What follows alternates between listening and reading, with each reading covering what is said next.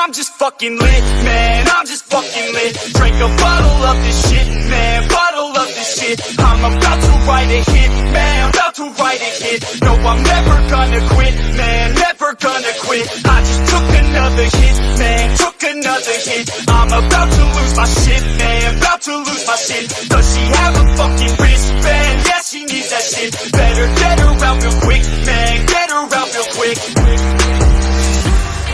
Are you the present or the future? Are you a drinker or a boozer? Are you a giver or a user? Are you a winner or a loser? And I said that I would never back down.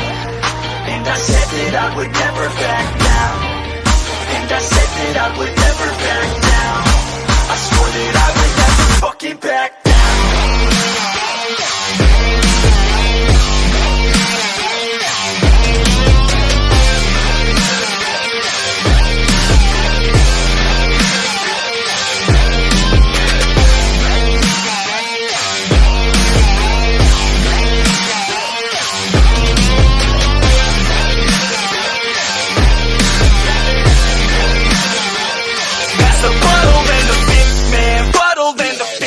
I'm feeling like the shit, man, feeling like the shit. Yeah, her body's like a gift, man, body's like a gift. Cause she's looking hella fit, man, looking hella fit. And I can't always commit, man, can't always commit. Pull the trigger on this shit, man, trigger on this shit. Cause I feel I haven't lived, man, feel I haven't lived. Till I got nothing to miss, man, got nothing to miss.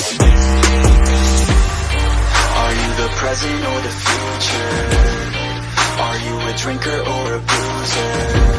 Are you a giver or a user? Are you a winner or a loser?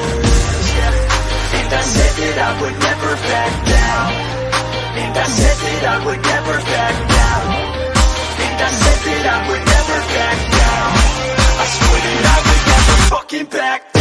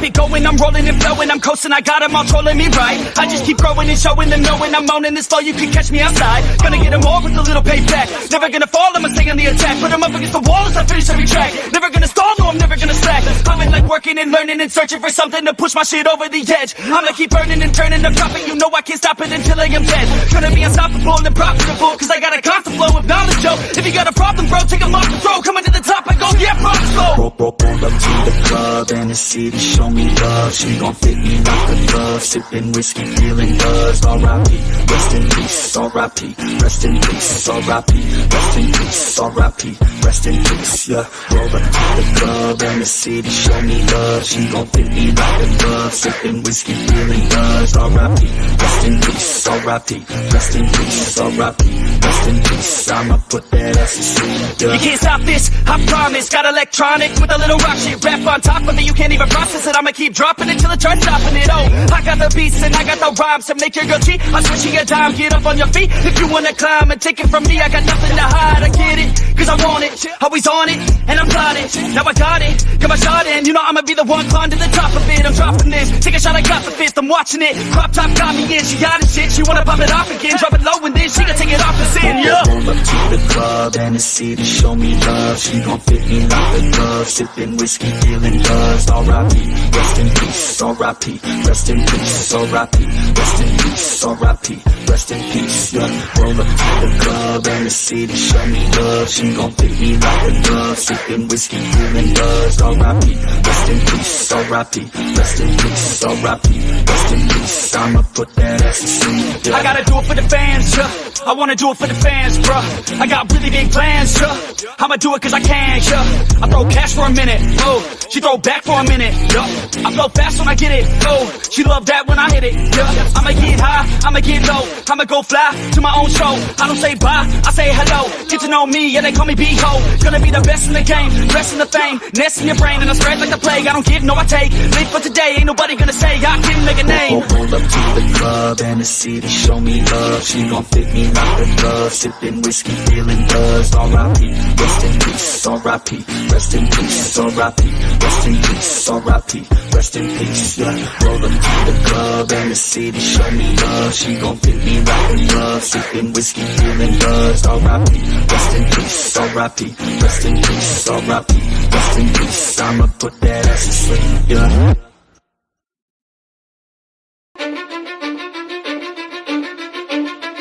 Cause I don't give a fuck what you say.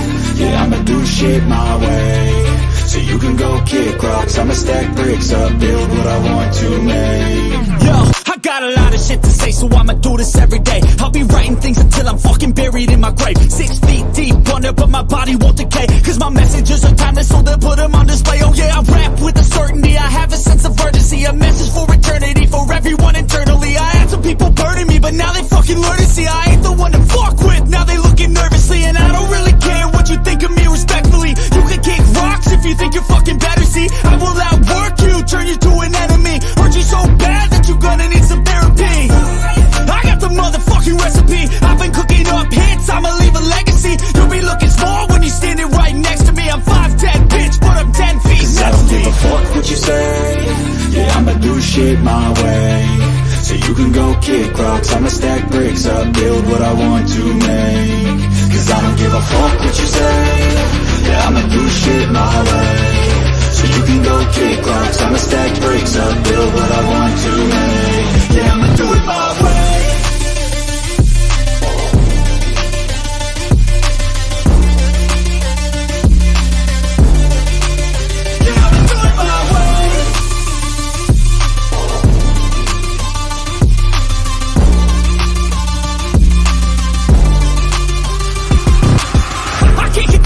Coming out with a statement. You really changed, man, all your music and arrangement. You don't know shit, shut your mouth, you can save it. I'm the same dude that got his come up from the basement. 100 songs, 100 weeks, didn't change it. Experiments, development, intelligence, and patience. I'll do it all again, cause I never feel complacent. Let's keep the good vibes, positivity's contagious. I'm never looking back, cause I made a life that's passionate. A college graduate suppressing all his talents, yeah. He found a way to go and change, become an advocate. For taking control of your life, go out and battle. And you think you have a dream, then act on it. Get after it, get out your head and fucking capture it. You got one life to master it.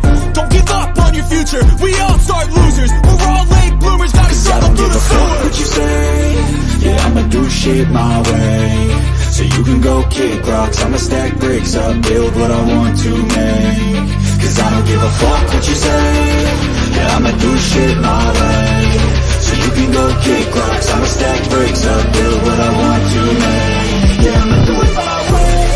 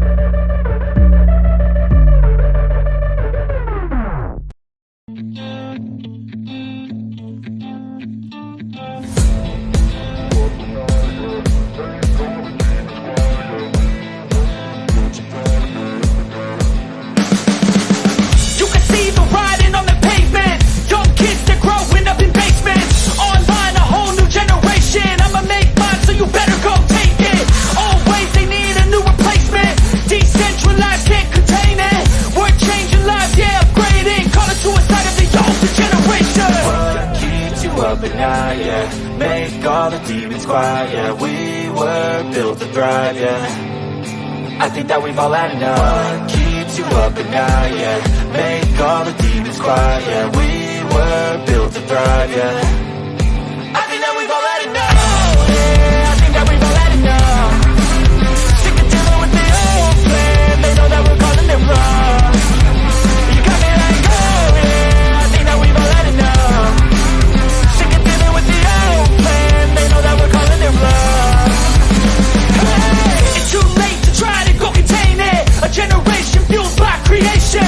We live lives on a small screen nation. We control the airwaves, no negotiation. I refuse to think we need saving.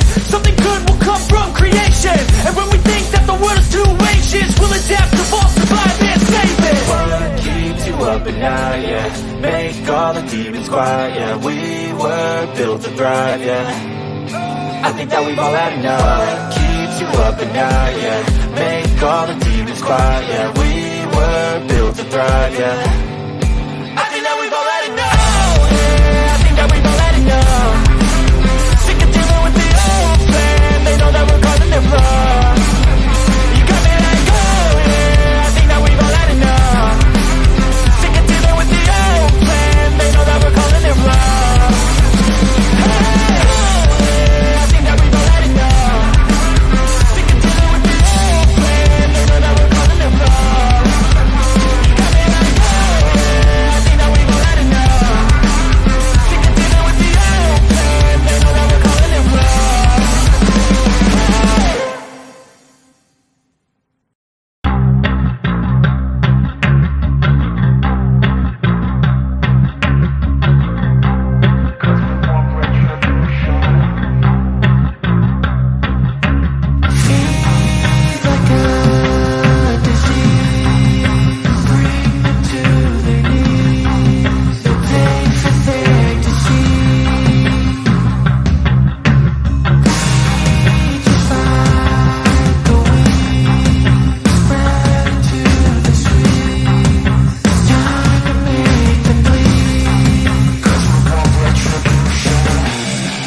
Cause we want retribution.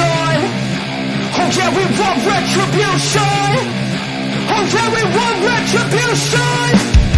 Oh yeah, we want retribution. Yeah, we ran out of patience. Boil up with a cold hard hatred. I can feel the vibration. Feet in the streets, it's a new sensation. I wanna break faces on the pavement. I wanna make greatness look complacent. Adrenaline awakened, I can taste it. We can make an impact, grab it then take it. Like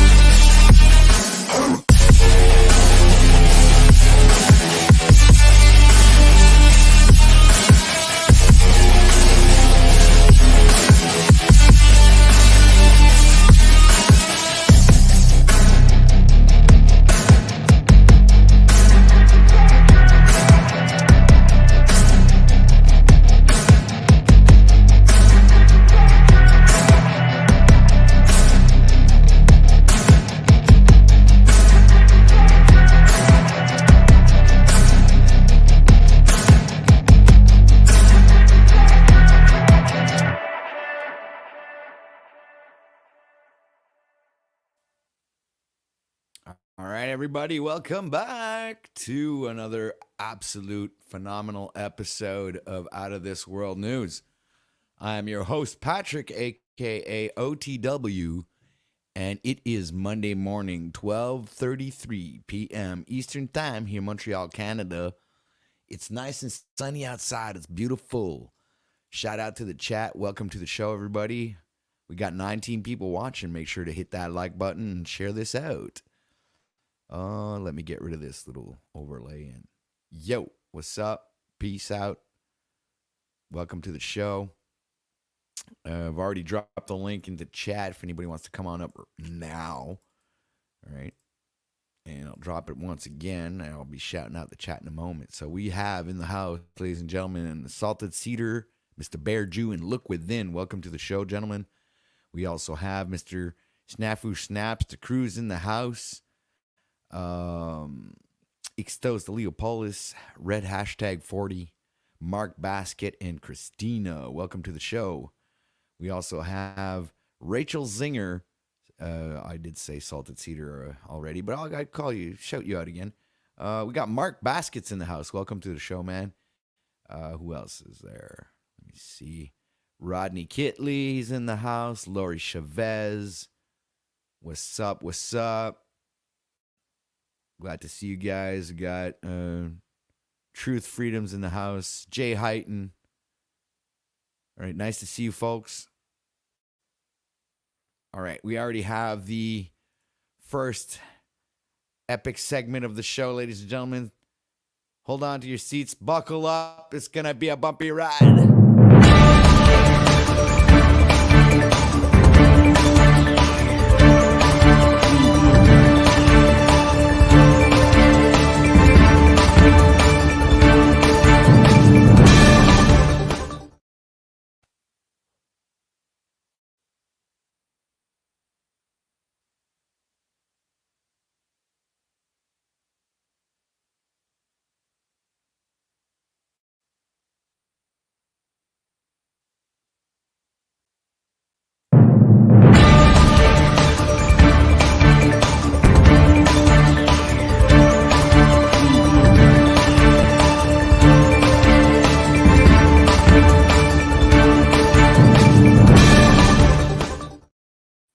Well, ladies and gentlemen, those were our top stories from Snafu Snaps from today. It was great stuff, man. That was actually the best report you've done ever since you came here, man. That was absolutely phenomenal, man. I'm totally impressed. Wow. That was great work, man. I loved it. It was the best work you've done so far. Wow. So, that's pretty cool. Oh yeah. All right. I'm already having a good time here, and I'm haven't even started yet. It may be Jello time.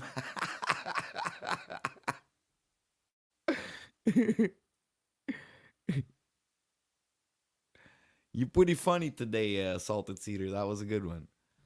Let me see. Well, if ever he wants to show up on we got him backstage, right? He's still here, but his mic is, so he's probably busy doing something. I don't know what he's doing, right? But anyway, he'll flash his camera like crazy when he really wants to come on up and say what he has to say. Nah, he flashed it once. It's like, oh, I'll flash my camera. Do you want to come up and do your thing or not? All right, let's try this again, ladies and gentlemen.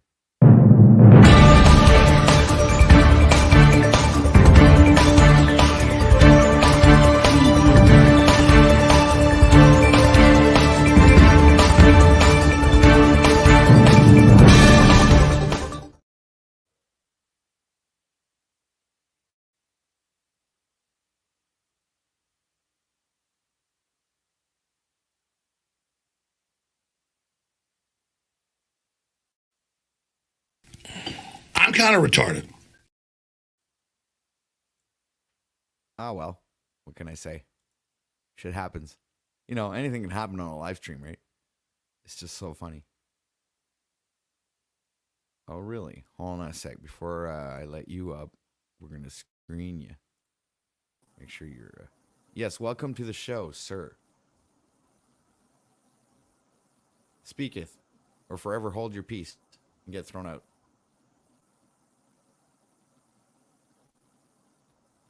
What is this? The silent treatment today? It's like everybody's coming up on channel and nobody's saying anything. Hello. Hello. Well, okay. Now at least I know it's actually you. Hello. Hello. Your volume's really low. I gotta put headphones on. Just a second. My volume's low. Okay, let me go. Yeah, check your that out. volume's really low.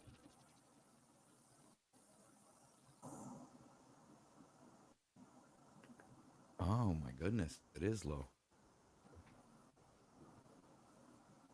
I don't lie. How's the Snap volume now? very loud, but your volume was super low. It's all right now. I can hear you now. Can you hear me all right?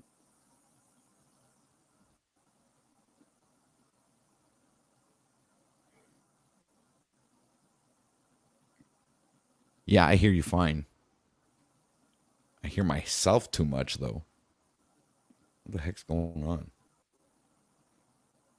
I don't know. I didn't put any curses on you.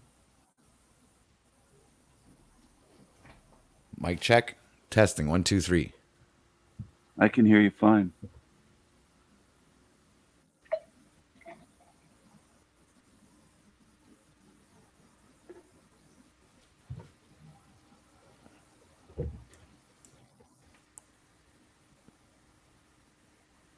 Interesting title for your show, that you trust everyone. It's the devil inside them that you don't trust.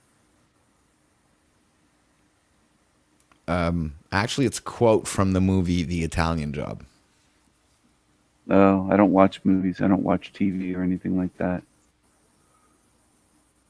Oh, it looks like Jeep's over here. She's going from one panel to the other. Hey, Jeeps. Shout out to Jeeps. I see Jeeps on Z Show and whatever that channel was I was just on. I never was on. I don't even know where that was. I've been up all night, so I just finished a 12-hour live stream and I'm still awake. All right. Man. Mic check. 1, 2, 3. I hear you. Yeah, I'm not doing that for you. I'm doing it for me. I'm listening on myself on YouTube, and I want to hear if I'm coming out good. No problem. I'm just giving you feedback like a good guest should. Have you ever seen my show, by the way, on the Sanity Machine? No, I don't watch your show, man. Oh, why not?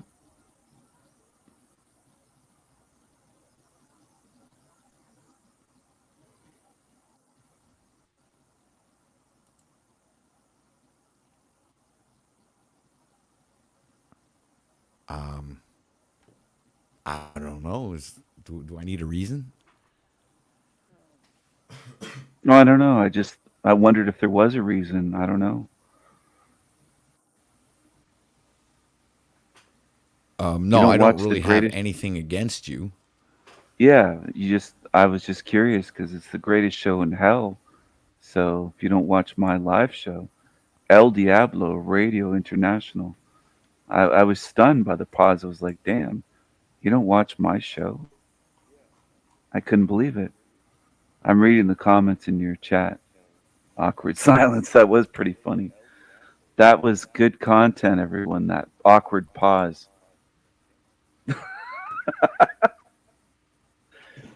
I enjoyed it. Yo, OTW. Yeah, what's up, Snafu? Bro, like on the real deal, I don't give a fuck if you watch it now or later, but you need to watch the newest video I put because it deals with Canada specifically with your fucking terrorist Trudeau fucktard. But anyways, the newest video, I'm going to do a shameless plug. The newest video I just dropped is probably the most important one versus all this panel versus guru bullshit you're ever going to hear. It's pretty important, dude. And it derives from Canada to the States. So on your own personal time or whatever, you might want to check it out. I know you guys give a lot of shit, but it's probably one of the most important videos we dropped yet.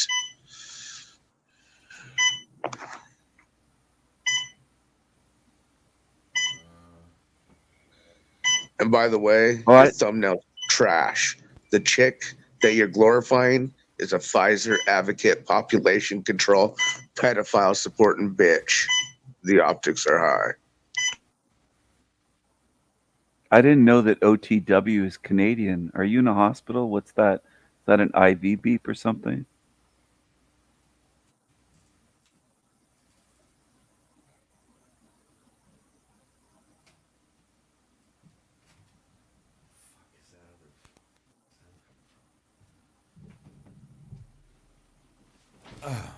All right. Mic check. Fuck. 46 comments while I was fooling around with my my audio. Are you Canadian? Yeah, I am Canadian. All right.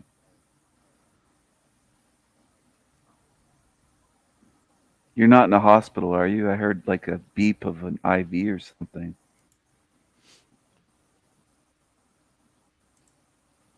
Right. Well, it seems to sound fine. I'm going to go listen in on the phone. Hey, let me take off this overlay. Jeez. Hey, welcome. We are here. 40 people watching. Make sure to hit that like button. Share this out. I was just preoccupied fixing the audio. For some reason, it was very low. Now I think it's fine. I'm just going to go look and listen on the phone. That way I won't be, you know, like. Now I think it's fine. I'm just going to go look and listen on the phone. All right, that sounds good. That way I won't be, all right, that's good. All right, I'm all good. Everything's all set up. The audio's fine, ladies and gentlemen. So, King Steven, sorry, we were talking about you and your show that I don't watch because you said that it was, what, the best show ever or something like that? No, the greatest show in hell. It's the greatest show in hell. Yes, it's show from hell. El Diablo Radio International, and it's on the Sanity Machine. I have live streams. I just thought maybe you'd seen some of it because a lot of people that run live streams lurk and they kind of just don't come on live or they don't go in the chat, but they're watching. Once in a while, they hop on. Flow state. I don't do that. Actually, honestly, what I do is like one time I showed up on your stream on one of your panels and you, I don't know, you threw me out or something. So it was like I was actually trying to cross community, like, you know, I was like, wasn't doing anything malicious, and you kind of like were calling me all kinds of weird names and shit. So I kind of like, okay, fuck this dude. Oh, I threw you off, really? You hadn't said anything about me, and I threw you off. Is that what happened? Yeah, man. I didn't even know you, man. You were just there with Bex and having a conversation with Bex, and you were like saying that we were Bex's crew, and I don't know what the fuck delusion that you were on, but. Oh. Was that when she was over here on your live stream? That was No, it the she same was day? on your live stream, and I was watching your live stream because she was there, because I know Bex. Oh. She's also Canadian. You know her? Oh, I didn't know you knew her. And Are you from Vancouver? You from the West Coast? Montreal, East Coast. Oh, okay. Interesting. So I was I'm watching from the Winnipeg, interaction so- that you guys were having, and I decided to come on over since you were having an open panel, but you weren't really having an open panel. What do you mean I wasn't really having an open panel? Well, you wouldn't let anybody up. I didn't let anybody up. I usually let people up. I let Flow State up earlier. I don't know. Maybe I don't know what talking about happened. that specific time that I don't know day what you happened, had man. Bex Maybe on, but you wouldn't let anybody else on. Okay. I wouldn't let anyone up. Well, maybe I had something like maybe there was some argument with Bex or something going on that I was trying to sort through. I don't know what was going on at that point. It's been a roller coaster ride with Bex over the last, I don't know, how many months, 6 months or something. Plus, So I don't tell get us about along with that. Is most like, Canadians. is you I and don't. Beck? So are you guys good? Is it still Yeah, yeah. sketchy? Oh, okay. No, well, no, no. Canadians always say sorry to each other, and it's all good eventually. Sorry, sorry, and she said sorry, and I said sorry. We both said sorry. She was on earlier tonight as a guest for So okay, hours. so So everybody is sorry. yeah, That's well, that's is it Canadian. That's that's that's Canadian. that's a Are you Canuck Canadian? thing. Yeah, I'm from Oh, Winnipeg. you're So yeah, Winnipeg. Oh, okay. Now I understand a lot now. Now things are starting to get into focus. I get it now. Winnipeg, huh? And that's like in which province? Manitoba. Winnipeg, Manitoba, Winnipeg, Manitoba. All right. See, I really suck at geography. You know where Winnipeg is. Come on, man. If you're Canadian, you know where Winnipeg is. Yeah, didn't you guys used to have a hockey team? Yeah, the Jets, of Right. course. Winnipeg Jets. And where are they now? But I'm actually, I can't, I think they moved a couple of times, didn't they? It's been so long ago. The Jets have been gone from Winnipeg for, is it Phoenix? They went south. They I went to think the they're States, Phoenix but now. Yeah. yeah. And I was from up in northern Manitoba, so I was way up at the top of the province near Churchill, Manitoba. Were you And Winnipeg is south for me. So Winnipeg's warm. It's like living in Florida for me, wow. you know. I was up where the And polar bears are. were you a fan of the Jets? Not a big fan. I haven't really been a big hockey fan. I was more into, playing road hockey and stuff than watching television. I really haven't watched a lot of television in my life, to be honest. I don't watch movies, so if people on YouTube give like a movie quote or something, like certain channels quote movies a lot, I don't know what they're talking about. It's just Oh, you I'm see, just like lost the on the title movie of this stuff. channel, you said like you thought that I was saying that, but I Oh found yeah, it I was just a thought good it was a good I thought title. you wrote that as a title. I was like, yeah, it's a good title, and you were like, oh, it's a quote from a movie. But Red Number 40, I don't know what you're talking about. My voice really lulls women. They find it very soothing and relaxing and sexy. So I have a harem of women. I think Red Yeah. Number 40 might be an install or Hey, something. hashtag There 40, it's might be called some NLP, insults. neuro linguistic programming. Do you think I'm performing NLP? I'm programming people, hypnotizing them with my voice, with my Winnipeg voice. This is my You Manitoba never voice, know. everyone. This is my Manitoba voice. Do you have a Montreal voice? Did you say Montreal? Yeah. Well, I'm Montreal? pretty Do you much speak? using that voice right now, yeah.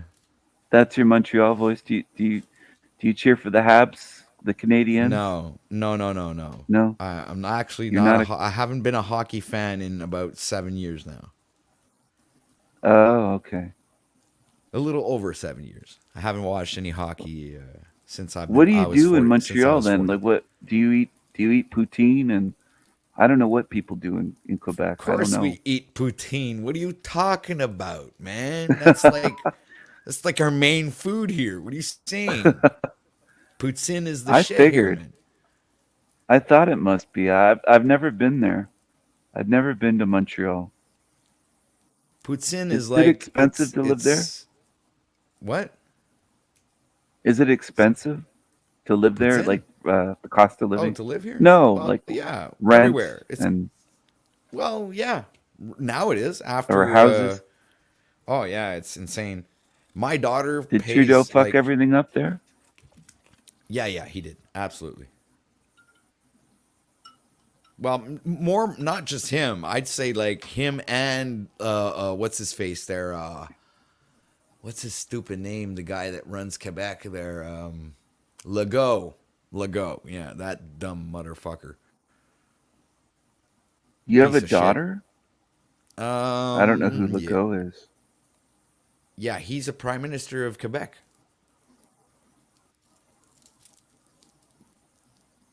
It's like, Oh, don't you guys have a person that represents Manitoba? I think so. I've never voted in my whole life. I don't follow politics really. I I have, I, somebody you know told what? me somebody I told me voted that Trudeau's once the in my PM, but whole life, dude. Honestly, I only went to vote. I think it was once, or maybe twice. I'm not sure, but I'm pretty sure it was only once. And when I did go vote, it was for when they had the NDP, right? The orange guy, which yeah. actually, unfortunately, the guy the year after the election, he died of cancer. So that really sucked. But yeah, that was the only time I voted because he actually made sense, you know. But The NDP Canada guy? voted in a liberal. I don't know who the fuck they voted in, but anyway, they voted in some dumb guy. I remember when I was growing up, somebody told me that NDP stands for No Damn Pussy Party. I don't know if that's true. What does NDP actually stand for? I don't Is even that the freaking truth? know. I was When I voted for that, I was really NDP. young, so I didn't know. I don't know what NDP stands for. I was very ignorant of all that shit. I'm much more aware of it today, and it's like there is actually no real point in voting. They tell No. you who. Yeah, there's no actual real. There's they keep pushing the fact that it's very important to vote, but the only problem is they're the ones who are presenting to you the only two candidates that you get to vote for, or three or four candidates, right? And they'll never push the righteous one, right? They'll always push the one that's got some sort of political agenda that has nothing to do with human welfare at all. That's true. I'm looking through the chat room. This Rodney guy said King Stephen got bad vibes. Oh man, come on. Rachel Zinger, I think I've seen her before. I've never seen West Coast Shell. You do have some women over here. You don't have a lot, but you have a few over here in your chat. It's not a complete sausage fest over here. I think Jeeps is female. I've never seen her before. She always has that stupid avatar, that, you know, blue light thing, circle or whatever. I don't know what it is.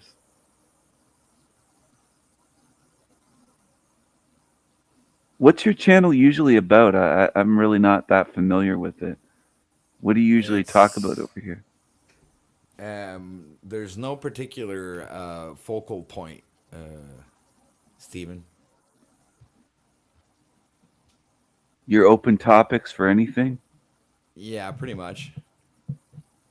You don't hate rich people though, do you? You don't hate 1% rich people that, people that own multiple homes. There was a guy earlier on another channel that was hating me, saying that, oh, you're the problem because you own real estate and you rent to people and you're. I said, I'm putting a roof over their head. I'm owning these buildings and I have to maintain them and stuff like that and put a new roof on and do things. And he was basically saying, you're an asshole to me because I own properties. And I was like, well, what do you expect? Like, I mean, I pay almost 50% in tax until I, you know, figure things out. It's a high tax country in this country. And I don't Maybe think that people maybe should be putting down, wealthier people. What's wrong with that? Look, if you're running a business, I guess business wise, when you're in contracts and you're doing contracting and all this, I believe that there's some sort of mechanism that you do have to follow when you adhere to that. But you do realize that you don't actually really own the property that you have, right? That if you're still paying for it to someone else, is because you don't own it. All right. The renter, So is that what you said? I'm talking about you, sir, the owner that you allegedly say you are. Yeah. I'm not saying I'm not a hater of whatever you think that you. I don't hate anybody. Uh-huh. But I'm gonna point out something though, that you're giving money freely, all right, away to a system that is enslaving the populace, right? I'm giving money away to a system that's enslaving the populace. Yeah, you're kind of contributing to the enslavement by paying the taxes and not Do you correcting not pay the taxes? record. Do you pay any property taxes or any income tax? You don't pay taxes? No. So I should just stop paying taxes? I don't even do income thing, whatever that is. How do you get away with that? What do you mean? By not paying. You don't file income tax? No. Oh, okay. Interesting. Why would I want it? Why would I do something like that? I don't know. Most people do. Don Juan said King Stephen. Completely don't I adhere. could, I've never actually adhered to that. So that's actually, I've done that all my life. So it's not oh, even, yeah, it's not even something that I've just started a few years ago. No, no, no. I've always rejected that particular part. Yes, it has. At a certain point in my life, I had to do some of that income tax thing because I wanted to travel, and I went to Mexico. So I had to do all of that bullshit to get my paperwork in order, so I was able to get a passport and go through all the slave fucking paperwork just to be able to travel from, one part of the country to another country and just like have a vacation. But inherently, we all so, have the right to travel, and we don't if you have a need. passport, are you a slave? Is that what you're saying? If you have a passport, you're a slave? Do you have a Pretty passport? much, yeah. If you have a license, a driver's license, Do passport, you any have a form of driver's license? identification. Yes, I Do you do. I have am a one? slave, sir. Oh, okay. You are a I am a slave then. slave, an absolute Well, slave. so Oh if yeah, I I'm still, quit, I'm if still, I I still, quit even if paying, I believe, even if my heart, spirit, soul, and mind is all directed towards freedom, there are parts of uh-huh, my reality that makes me a slave. Yes. a slave to who's the Things master that I then? Who are haven't you saying that corrected you're the a slave to? record, the things that I haven't Okay. still corrected the record on my own being, like the fact that I'm actually native of this land, and that I've been, coerced into being a part of a system that I don't even adhere to, and that is a natural, actual instinct, probably because of my ancestors. But my Wait, grandfather decided to are become you a part part of. Indian? Yes, sir. Are you And native? Okay, I didn't know. yes, Okay. and it's part of that's my heritage. So now, because of this whole journey of rights and freedoms, it brought me to that point and realization that I can actually correct the record and not have to be a part of this slave system. Do you have an Indian card? Do you have That is what is exactly it, a what I'm native? going for. I'm going for Oh, I'm okay. correcting my status. I'm correcting the record Indian to. status? No, I'm not What do they correcting my call that status. again? I'm Okay. correcting my record, and my status will change after the record has been changed. It's like there's order of operations there. What's the record again? Is that That you I talking am what is it? not that person or entity that the government has imposed Oh, the all upon my being. caps, the Yes, is it the all exactly. All that caps shit. Right. that yeah. And the Yeah. fact that, yeah, and that all these people that adhere to these fucking regulations and permits and shit have to pay these taxes and stuff. But as soon as I correct my record, I'm going to be exempt from all of that. Oh man, I should do that. I could probably save around 500 grand a year if I did stop paying taxes, property income taxes, everything combined. It'd probably be about 500 G's a year. Yeah, that's it. Hashtag 40 is correcting me because, yeah, your status has never changed. Yeah, see that I have to make sure I don't speak the wrong words. I have to, that's why I wanted to say I'm correcting the record about my Oh, you got to status. get the proper language and then it's legal. Is that what you mean? Yeah, that's the dumb If you Canadian in me. Sometimes I'm slow on the uptake, and I have to, correct my speaking. is Red not Canadian? This is not a Canadian channel. He's from somewhere else. 75% of my audience is American. Oh, stupid Americans. This I don't is the think they're stupid. dumb Actually, Yankee. no, no, no, You think no. they're smarter than us? I don't think they're smarter, but I think they're damn fucking intuitive and smart. Yeah, I'm not saying they're smarter than us. Really? It's like I don't think that's measurable, except if you take an IQ Yeah. test. But Yeah. it's like people have Well, different forms of intelligence. They'll have nobody needs to psychological nobody intelligence. needs They'll to have emotional intelligence. They'll have it's like on the ground, life experience intelligence. There's different types of forms of intelligence, I believe. True, I agree. I mean, and nobody needs to take an IQ test here. I mean, I'm not going to insult. I'm not going to come on here and insult the audience the way they're being insulting to me. I don't know what their IQs are, but they're prejudiced. Maybe they're prejudiced. They got our guns fools. They're getting riled up a little bit here. Oh, I like I don't know. Americans. I I like them. I like them for that. I think Canadians lack a bit of Americanism. I think that You we're think so? spineless. Yeah, We've man. got I think we've got beaver as our national I know. animal. I mean, No, no. Hold on. Exactly. That's a fucking good point right there. Okay, maybe the that is beaver a is a good build. point. It's a builder. All right. It's the only good aspect that I can see of a beaver. They build dams. They create things, but they also create some form of chaos because when they do create those dams, whatever the water was feeding on its journey towards wherever it was going, this little canal, whatever. Well, it's not Uh that huh. water is not being fed to those trees or that, so they're kind of like creating kind of a chaos in the ecosystem. I like that chaos, though. We need a bit of chaos, maybe more in this country, not less. They What's they wrong with they a bit build of shit. chaos? They build shit out of natural things, like branches and mud and shit like that. But they Yeah. end up destroying another ecosystem to create themselves their own ecosystem, a little bit like humans do. Well, yeah. Well, I'm a bit of chaos too. I mean, what do you think of what would you choose between sanity or madness? What would you choose? What would you prefer if you had to pick one? I go with madness. Why is that? Because I kind of enjoy the chaos as well. I like the chaos is a form of freedom.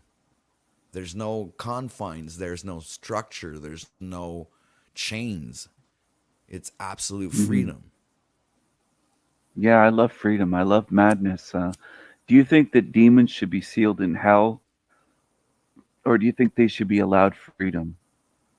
If they exist and they are in this realm and there is a Yeah. God, an almighty one, and he allows it, then yes, I do believe they have their purpose.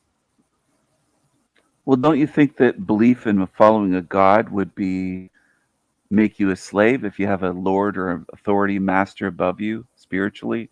Wouldn't that make you beneath that being, that entity? Wouldn't that be slavery by definition? But wouldn't the Something opposite above be you? you considering yourself God? No, no, not necessarily at all. I don't consider myself God, but I don't look up to anything above me, nor do I want to look down on anyone as a slave. I just want to be free, man. That's what I want. Freedom. But if well, how can you be free if you're paying all kinds of taxes and shit? I You're don't not want to really pay these free, taxes. I'm gonna stop paying them. And all you need to do I'm is gonna actually stop send paying a them. I'm notice. gonna spot. No, but think about Yeah. it, Stephen. No, No, I I'm not have telling looked you. into I'm these not telling videos you not lately. to pay taxes here. What I'm trying to Yeah. say though Yeah. is you can put them on notice and just ask a simple Yes. question to these people who you're paying taxes to: is why do you owe them this money? And can they give you an explanation for that particular reason why you're paying taxes? And also looking into your roots and your origins and where you come from, who you really are, and maybe that'll also help you correct the record, right? Because Oh yeah, life for is not sure. just about fucking following rules and regulations and policies and fucking statutes and allegedly what they would call laws, but they're not laws because the law of the land supersedes any other law or legality, right? Oh, I think the government itself is illegitimate completely. I agree with you. Right. It's I it's kind agree. of like we'll call it a legal mafia, right? If the terms are correct. But even legal is kind of like a psyop. It's an invention. It's like inventing the language of the Klingons in Star Trek. It's a complete fiction. Yeah. I used to watch Star Trek, actually. I like that show. I was talking about it last live stream last night with a guest on my Star channel. Trek fan here as well. I was a fucking nerd for decades until I came to the realization that it was a big possibility that space was a lie. So I was like, oh my goodness, wait a minute, let's look at this from another perspective. So now, like, I'll actually watch, let's say, a sci-fi movie, like when they talk about space, but then I'll actually realize that that's real fiction, right? And then it'll come to mind that maybe there's a chance that what they're showing us is just a bunch of bullshit. It's just lies, It lies is. I on top of agree. more lies on top of more lies, and All the it just that's space all you get. shit is fake. Fake space shit. Sci-fi. It's not real, but it was entertaining when I was young. When I was a kid. I don't know why they think this show's boring. I don't know what's wrong with the audience. I think this is a good conversation. It's a decent, intelligent conversation. I don't know what's wrong. I don't Why are know they why are bitching so you much? paying. You shouldn't pay attention. That's okay. That's why, because you're on your show. You have a lot of interactions with the chat. Is Yeah, that yeah, yeah? I don't. I It's do. like once in a Oh, while you I'll look don't? at chat. I'll bring up comments once in a while, but I don't necessarily really pay attention to chat.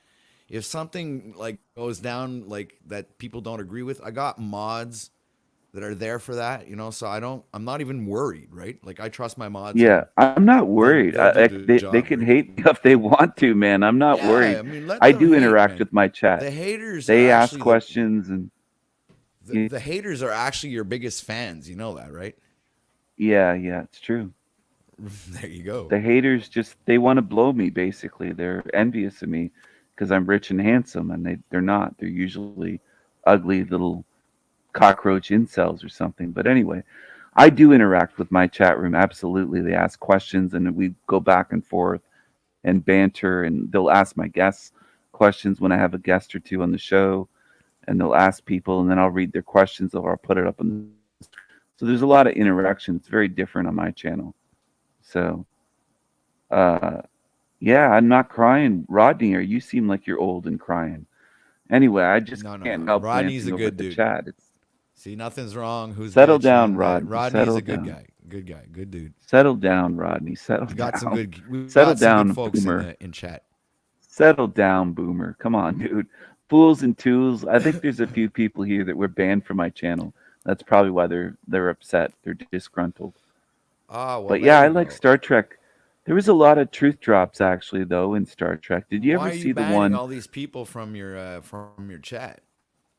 I've only banned I think 450 maybe from my channel. I Why? haven't Why banned so many? thousands, just a few Dude, I hundred. have barely That's not 20 people, like 20, 30 people that are that's banned, like, and they're what? all porn bombers practically. Really? I Yeah, just man, I don't don't like it ban cluttered. I anybody. don't I Everybody take here the has quality, freedom of man. speech. They can come up and chat and do Well, whatever they want as long as it stays, like, I like how can I say? As long as like they're not fucking putting links to porn and shit like that. You know what I'm saying? It's yeah. like, or No, they're I don't put up spamming with that, chat, of course. or sometimes there's actually I let the mods get into their feelers a little, and then they have like they'll ban somebody for fucking like saying shit, and then it's like then that person ends up coming up on panel and complaining about the mod, and I was like, oh well, man, I don't know, you fix it with the mod, man. It's like, but yeah, it's just well, well, because you know, I I just, delegate, man, I delegate. I let my mods ban, and I don't even second guess. I just tell them you ban who you want. I let my mods ban whoever they want. I don't second guess them. But I play a cockroach song, that La Cucaracha song, that Mexican La Cucaracha.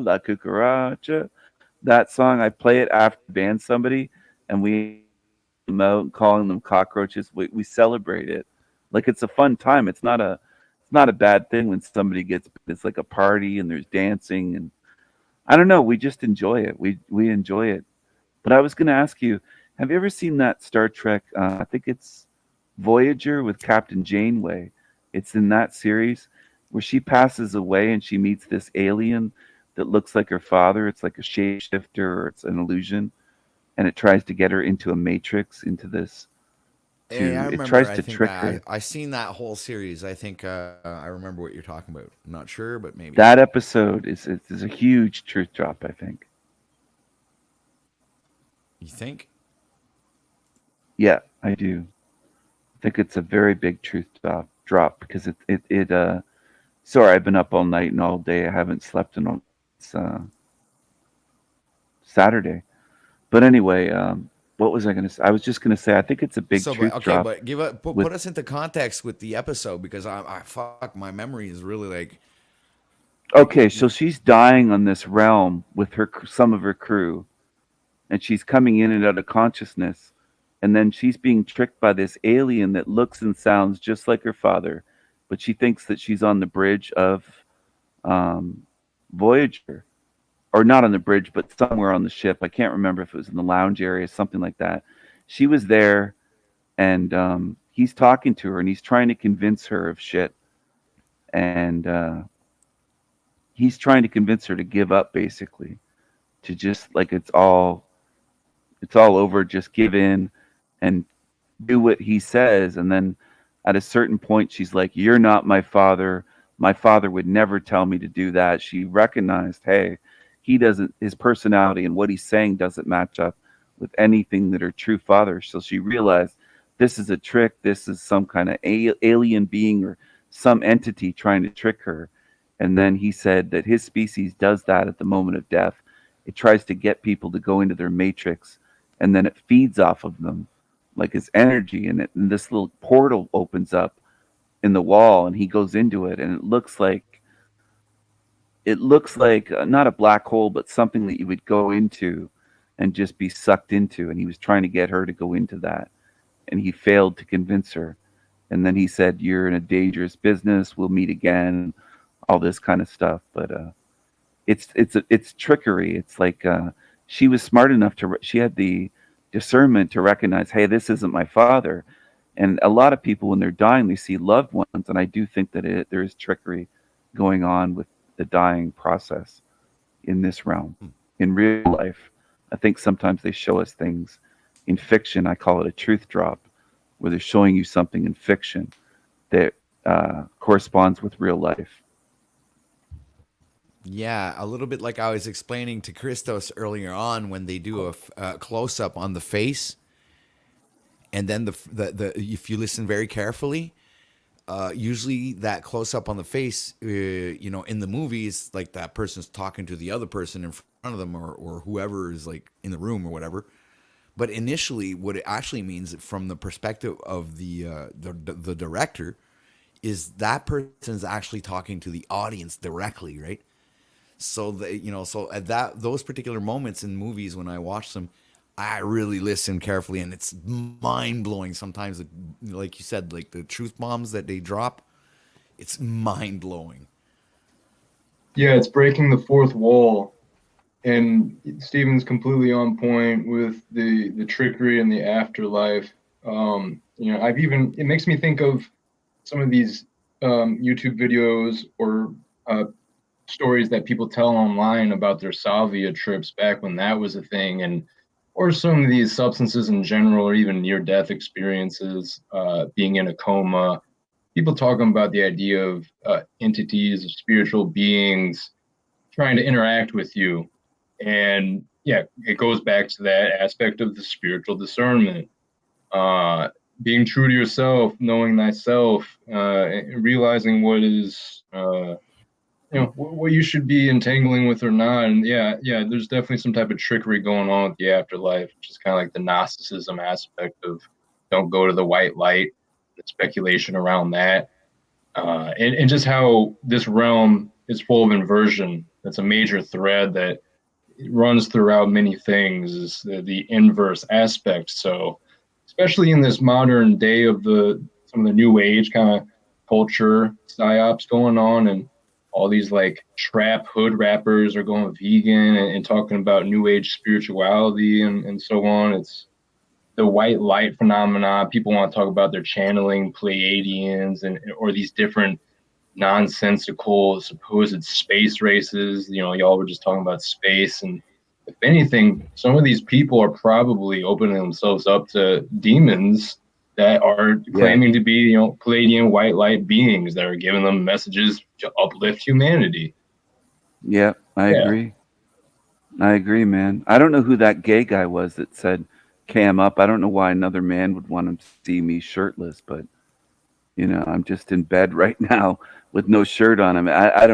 Another man wanting to see a man on webcam seems kind of gay to me. It just does. Yeah, that's like Jack Talcott. He started doing that. He was telling people to cam up like it was some type of power move or some shit. Yeah, why do you want to see me without a shirt on? He's referring to that new rule that I instated because, well, it's not a rule. It was a function in StreamYard where when you're here, I'll actually instate it and I'll show you guys what I'm talking about. It's a very simple thing. I got tape over my webcam on my laptop. Look, I'm the only one on stage, right? It's like everybody else is kind of like off stage because they're not cammed up. When you cam up, you show up on stage. And it was kind of like a new feature that I wanted to explore, but I was getting so many like, oh, this sucks. Like, so many people were bitching about it. I said, oh, fuck it, man. These people are so fucking like, they don't want to try anything new, So I was like, okay, I'll just like let it go for now. Maybe I'll bring it back some other time. I don't know. I've never asked a man to show himself on webcam. It's so faggy and gay. I just never do that. Dude, that's it really not the is. point. I don't do that. My premise is we're doing a show here, not a podcast, like, or not a podcast, but one of those fucking audio shit things there. What's it called there? I don't know.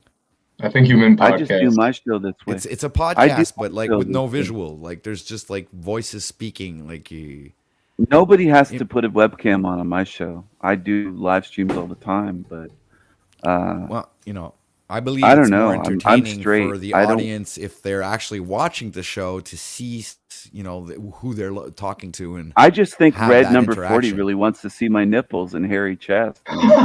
Dude, what's wrong with you, Red Number 40? I mean, come on. Radio show. Thank you, Christina. Radio show. I call my show El Diablo Radio International.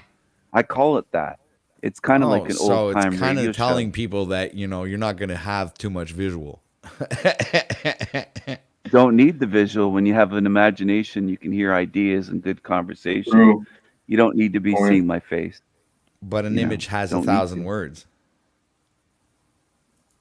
Well, I'd have a hard time agreeing with that. You know what I'm saying? Well, I disagree. I think some of these ugly motherfuckers in the chat room, they're not. I wouldn't have 1,000 words for them. I'd just be like, "You ugly." You know what I mean? Like they're just not that attractive. I wouldn't want to look at them for hours on a live stream. Steven, I'm actually starting to like you for some. Thank you. I rub off on people eventually. I think we just bonded there, man. Something happened, man. I don't know what happened, man. We just bonded for some reason. I kind of agree with you. Chat. Thank you. The live chat peasants are a thing. Thank you, Rodney. Thanks, Rodney. Here's an example of one of them ugly motherfuckers you're talking about. Yeah, why he's you're ugly. talking Short. He's a short, he's a short, chubby brown Indian guy. He's real short and chubby. Piece of shit. Hey, we're gonna strike your channel. Now that I'm in the hospital, I got all the time in the world to strike your channel. Ding, ding, wing. You're a loser. So you're not long for this life, right? All you do is yell. We're gonna make sure that you have no channel again. Go suck you a freaked dick. out last time. Yeah, I didn't freak out at all. You love it too, because now I got nothing going on. I'm in a hospital bed. You're a short, chubby, ugly, brown Indian. We're gonna strike the fuck out of you. You're short and chubby. Short and chubby. You're short and chubby and ugly. And you're gonna be striped like a fucking. You're short and chubby. Hey, you're a pedo. Who are you? You're a pedo, aren't you? Aren't you? Oh yes. Aren't you? Yeah, you are. Yeah, you are. I'm gonna look into you. I'm gonna look into you. You're gonna cry when your channel gets struck again. What's beautiful is now that I'm in the hospital bed, I got all day long to strike you. I got all day long to get crew members to strike the fuck out of your channel. You tempted me last time, and we struck it. Now you're a loser. I'm on a mission. What a weak move because you know to strike why? your channel. OTW's a retard for cupcaking to your bitch ass. You're weak. You're a pussy. I know you're what weak. you're doing. You're short. Fucking you're short and fat. You're weak. Hey, how did that strike go for you last time? You're fat. You're Oh, short and I'll be weak. fat striking your You're channel. That's short and okay. weak. You're short and fat. You cried I like a don't little have time bitch for when you this lost your channel the first OTW. I want time. some intelligent By the way, conversation, strike team. or I'm Hey, out. by the way, strike You're team, go ahead short. and strike King. You're short. You're short and fat and chubby. I have to entertain it sometimes. I have to see where it goes, man. It's like part of the show, you know. When there's a versus, I think it's weak to strike a channel. I I would see it never coming. strike your channel OTW or someone else's. I don't do Oh, that. I don't strike other people's channel I either. think But it's weak. Striking there are channels is weak. particular, you know, there are particular individuals out there kind of like on that kind of, you know, follow Weaklings. policy and guy. We Well, have they're weaklings. literally have YouTube police out here making sure I we're think following striking policies and channels is like guidelines. running to the government and saying, "Government, please help me." That's what it is. It's weak. It's weak. It's like running to the cops. It's weak. He's weak. Yep. He's a loser. Anyway, I like Christopher. This Christopher guy this dude seems pretty cool to me. I don't know him. Well, Never met him before, but I appreciate it, Steven. I've been a fan of you ever since you and Beck started having more conversations and got past that initial, drama or whatever that was happening there. And I got swept in with the people that were blocked from your live chat and StreamYard. But, I always be watching in the background, and especially when Bex is on. So, yeah, man, I appreciate you coming on OTWs. It is a good convo. And lastly, I didn't know agree that you were about. a fan. I didn't know you were a fan. Yeah, and I just figured, oh, well, at some point there'll be an opportunity like this, and I can just talk to him on panel. And, you don't even need to unblock me. It's not what I'm asking. But, yeah, man, for sure. All right, Live man. chat hasn't. Yeah. You should hop on my channel. I don't know if I blocked you on StreamYard, but you see here, if I did, Steven, this is the thing here. What I wanted to explain here is have a little thing when two people have it out for each other. Bring up this little verse. Do you see it? Like were you looking at the screen while you were having that interaction with Snafu? I glanced at it, man. But as I said, I've been up all night, all day. I haven't slept since like Saturday. So if you look at the screen right now, you have like this big. My eyes green, are tired. Yeah, green. Yeah, I did see it. I saw it. I did see it, but so that I is didn't kind of see like a Snafu's bit, face. Right. So like Hank if you guys showed me are his going face at earlier. it, it's kind of like you Flamio, guys though? had the. You guys had the opportunity to really go at each other's throat there. That was the thing. That was round but one. Hank showed fight, me the guy's face. Hank showed me, like Street Fighter or something, right? Or whatever. Kind of, video if game. you want to call it that, yeah. But Hanko Flamio showed me Snafu's face earlier. He was over on my live stream. And Snafu looks like this deformed little midget with a big beard. He just looks ugly. I was thinking it must be a bright light shining on him. I thought he was more brown.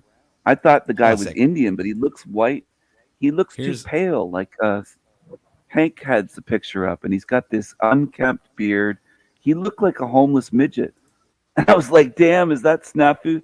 Is that really what he looks like? I mean, he looked like this ugly, like this, but he was bearded. He had this great big beard, and it was like curly, and Hank said that he needs to trim his beard and get his beard in check. Hank was saying that, and Hank was wearing all blue. He likes to color coordinate his hat with his top. Hello there, Bex. Hello there. Bex was a guest on earlier. I was going to go to sleep. I haven't slept yet, Bex, so I'm running on fumes right now. I'm almost on empty.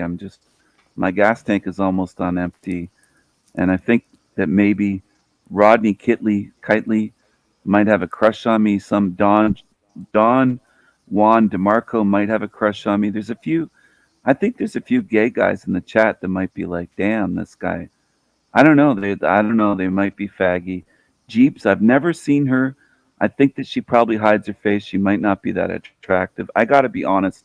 I keep it real on my show. I don't pull punches when it comes to this kind of stuff. I think there's Bear Jew. That's Uncle Fester? Is that Uncle Fester?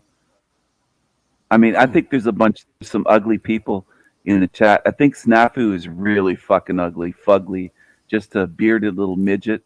And I don't think he looks that Indian. I was expecting him to look a lot more brown. I think he's not quite a brown guy. He's a fake Indian. I don't know what they would call him in India, but They probably call him pale face or something. They'd be like, "Damn, you're not one of us. You're not brown enough." So he's short and chubby. Red number 40's got a crush on me for sure. He's faggy. He just wants me on webcam and wants to see my nipples. Yeah, I just throw it back at the chat. If the chat's this way towards me, I throw it back. That's how I roll, you know? So fuck them. But anyway, I do have the greatest show in hell, most definitely.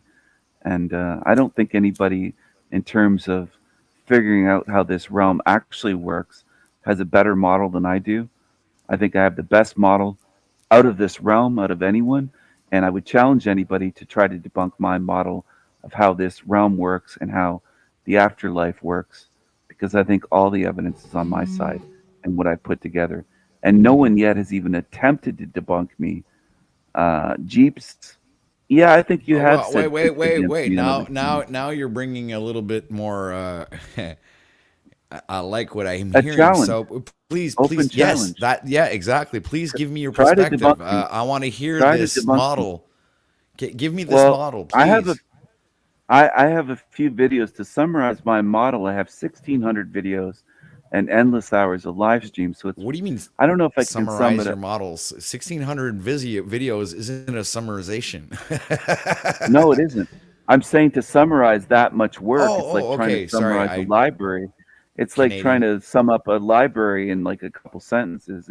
It's kind of a complicated thing. So it's beyond just don't go into the light and stuff like that after you pass away. It's a little bit deeper than that.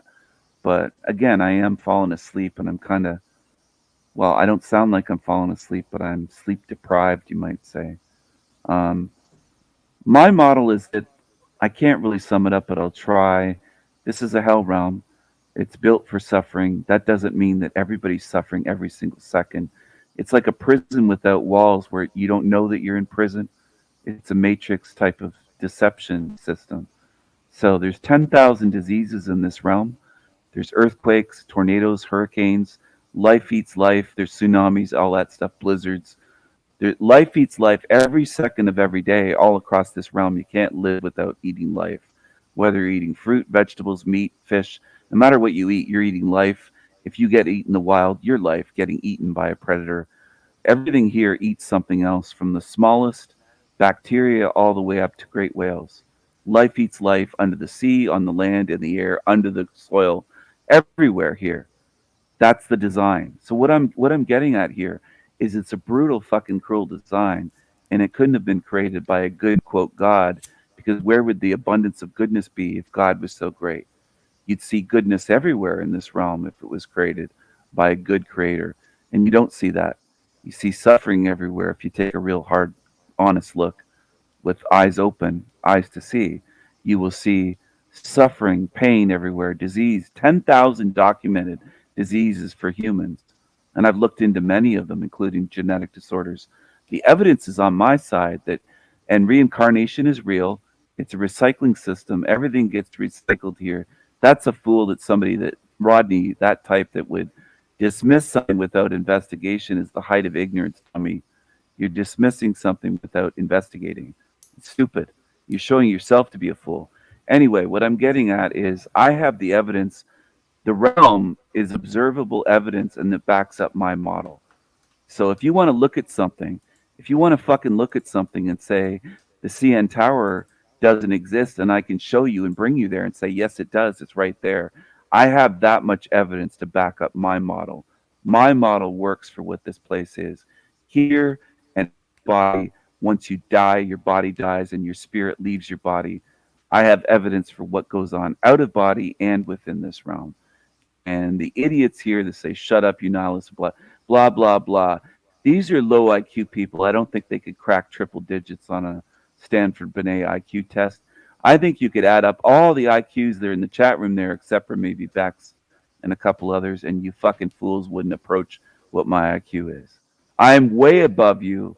I'm out of your league, and I am a king, and you're just a bunch of poor, broke ass peasants. That's what I'm going to say. So suck my cock, and you don't even come close to being at my level. You're not in my league. I am a king, and you are peasants struggling to understand what words I'm speaking. So there you go. And my model, people can watch my videos and compare it to reality and say, you know what, it matches up. What King Stephen said in this whole video matches up. What he said about dreams matches up with experience in the realm. What he says about lucid dreams, what he says about pain, suffering, whatever I have on my channel on live streams and videos matches up with observable truth in reality. And if anybody can debunk me, I'll pay you money. How about that? I'm not afraid of debunkers. Nobody's attempted it yet to record videos from my channel saying, hey, he's saying this about the realm. I'm going to prove him wrong. Nobody's tried to prove me wrong. Can you ask the Sandy Machine fella about making up with Bex? Well, I have a girlfriend, a long-term girlfriend, dude, who's younger than me. And I also have a harem of women on my channel. So there's no sexy torrid affair. Benton loves Tommy. I try to get along with everybody, as you can see here from the way that I'm responding to the chat. So I do get along with Bex again, and I do give people second chances. And Schizo O'Shea, I don't know who you are, but you're ugly as fuck. You look homeless. Anyway, Yeah, he is homeless. Well, the real O'Shea. I bet he is. But you know, don't hate me for being wealthy. Don't hate me for being independently wealthy. Please, don't hate me for that. I can't help it. I can't help being, near the top, and for just doing this for free. I don't run my channel for money. No super chats, no PayPal button, no Cash App, no Patreon, no cryptocurrency, no Venmo, nothing. I don't ask for anything. I'm just putting out free information for thinkers, for people that are interested, truth seekers that really want to know things on a deep level. And most people don't. Most people are too lazy. They're too stupid and too fucking lazy. No, I don't pay slave tax. I'm using that money to sponsor orphan children in Ethiopia. I'm helping out black children with my money. That's what I'm doing, Schizo O'Shea. I'm helping out poor black children. So try to find fault with that. I got to help out the black Oh orphans. my God. Who's that loser? He looks smelly. Who is that? Oh God. Ugh. Gross. Is that sweat stains? Is that sweat stains? Who is the ugly ginger nodding his head? Is that a peanut butter sandwich? That looks like a peanut butter sandwich. I'm pretty sure that was peanut butter. Slow State, is that Are they a peanut working butter a sandwich? crack house? Are you working in a crack house? Is that a crack house? He loves to have his face on filling up the screen. It's weird. He's like a prima donna woman or something. He's very feminine. Very feminine.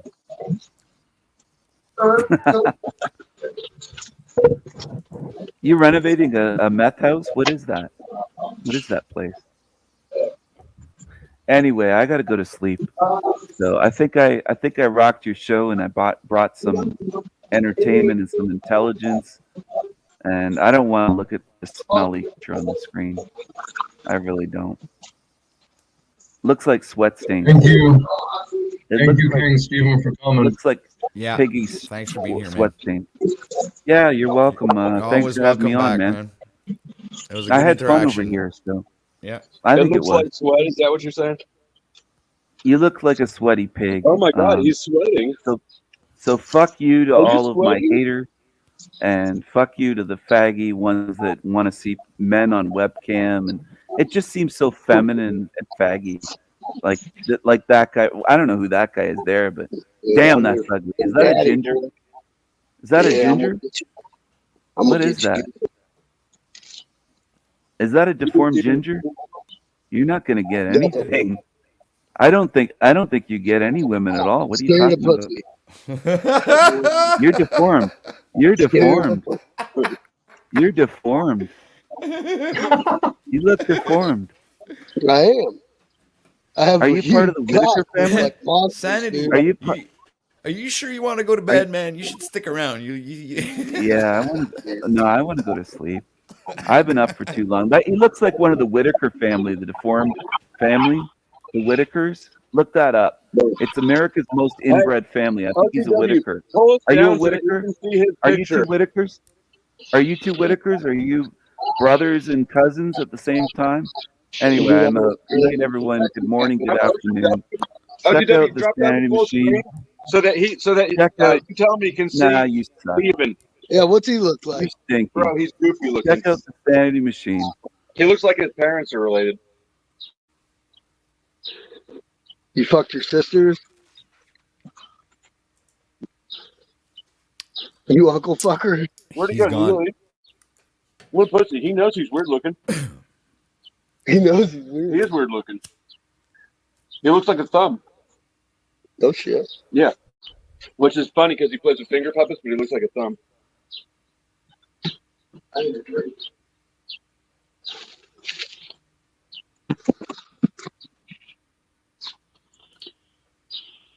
Wrap it up, Steven Retard. That's what red hashtag 40 says.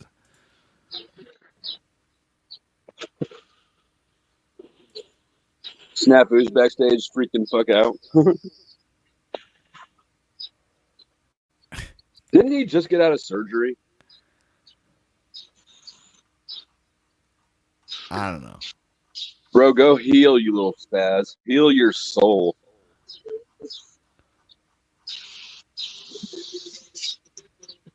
Snafu was having a heart attack earlier on in the backstage.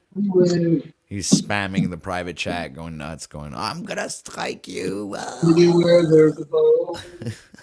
It's going nuts.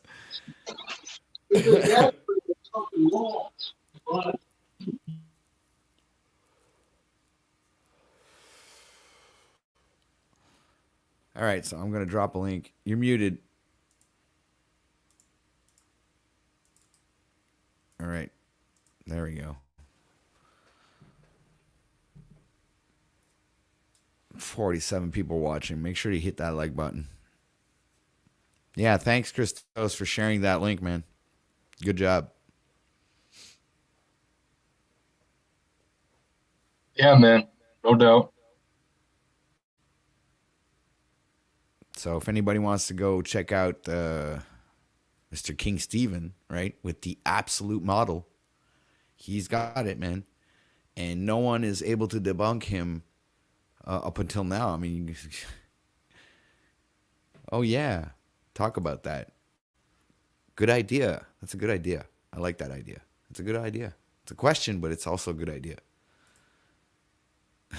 Red Ash, he's going, no thanks. What? About the blowjobs? How could you refuse blowjobs? That's insane. I was like, no thanks. Pass King Dingaling. Home Demo is fresh out of laborers, I see.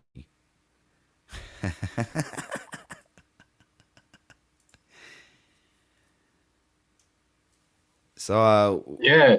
OTW, that one stream where he's roasting London McLovin is definitely worth checking out at some point for those interested.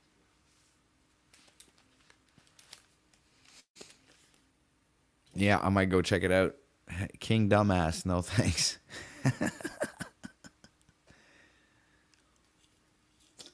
Well, this is like what? This is the first time he shows up here, Christos, I believe, right? He hasn't been here. Yeah, before. I thought he was going to be trolling you or like try to like. I didn't expect him to be cool like that, and it was a good conversation that ensued. Yeah, man, I'm glad it went that way. Yeah. I guess it's when I told him I was Canadian, like it changed everything for him. It's like, okay, he's Canadian. All right. We get a free pass as Canadians, you know? I was like,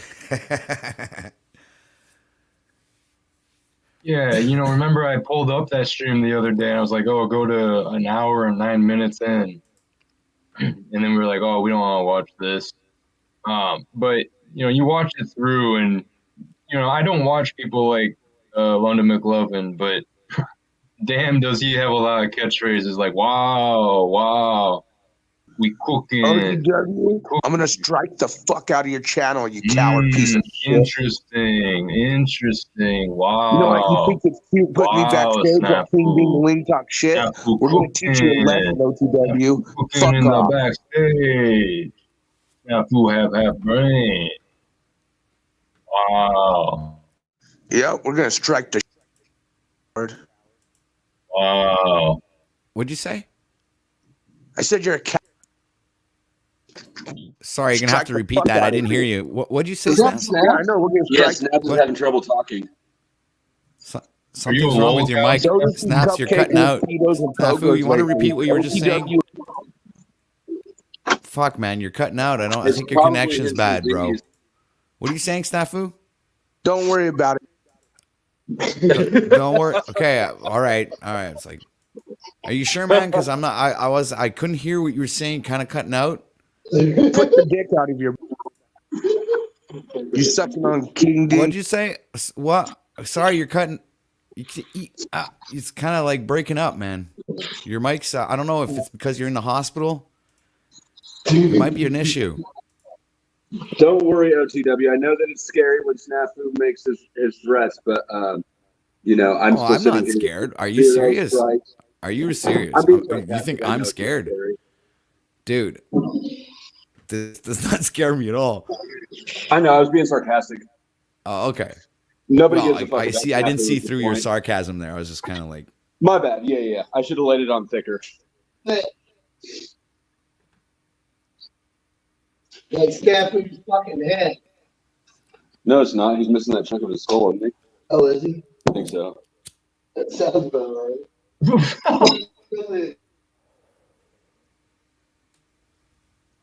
Yeah, where's Esra, man? She's on the fucking thumbnail, bro. Did she ever come through and acknowledge that? well, I can't imagine that everybody's always watching the show. You know, she might have. I'll text her. I'll text her and let her know. Oh, there you go. See, there we go. See, he left from his own volition. I can bring down the Snafu protection program. Because you know what he does? Snafu comes up and then he puts on the screen and he puts on some kind of like fucking tits or shit, and then he'll strike you for fucking porn or whatever. I don't know, man. He'll like come up with all kinds of ideas to strike you. But that's good. It's all right, man. He can do it. I'll have it roll back in a couple of hours like I did last time. So it doesn't really I don't give a fuck. He's like, he can scare a bunch of other people, but I've been through this. Like that fear there, that like, oh my God, my channel. Been through it. It's okay. I'm good. I'm not scared anymore.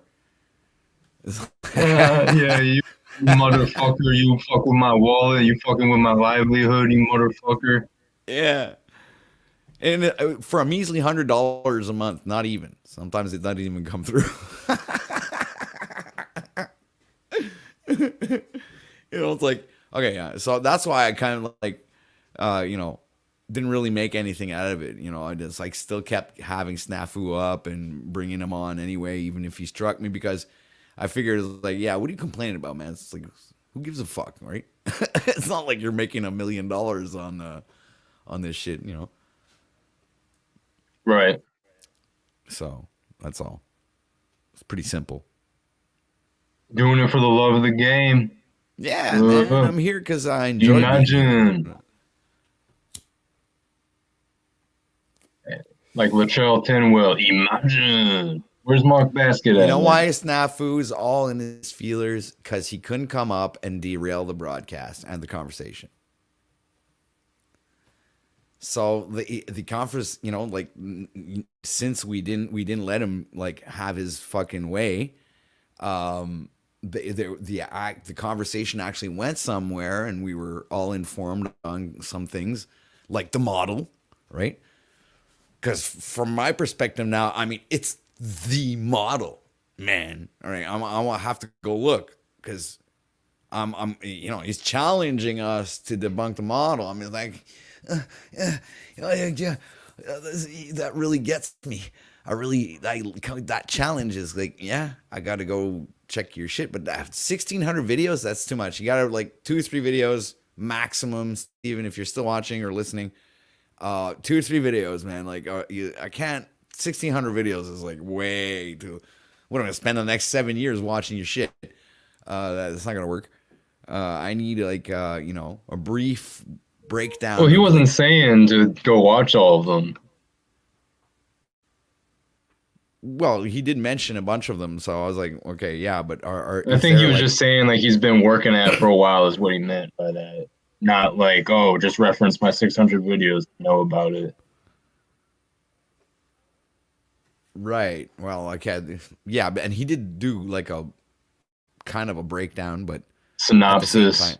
Yeah, right. But it wasn't like enough for me to challenge his ideas on that, because I almost pretty much agreed with him, like, on certain things. So I was like, yeah, right. So how am I gonna fucking challenge things that I already have, like this intuition that he might be right, Well, and I was going to bring this up earlier, but I'll just bring it up again now, and I've talked about it recently. My cousin, who I saw recently, he went to Austin, Texas to the Kill Tony show, comedy show, and Mr. Beast happened to be in the audience too, of all people. That fucking YouTuber with the weird mustache, always giving money to people or doing these like dumb challenges, over the top type shit, often involving philanthropy.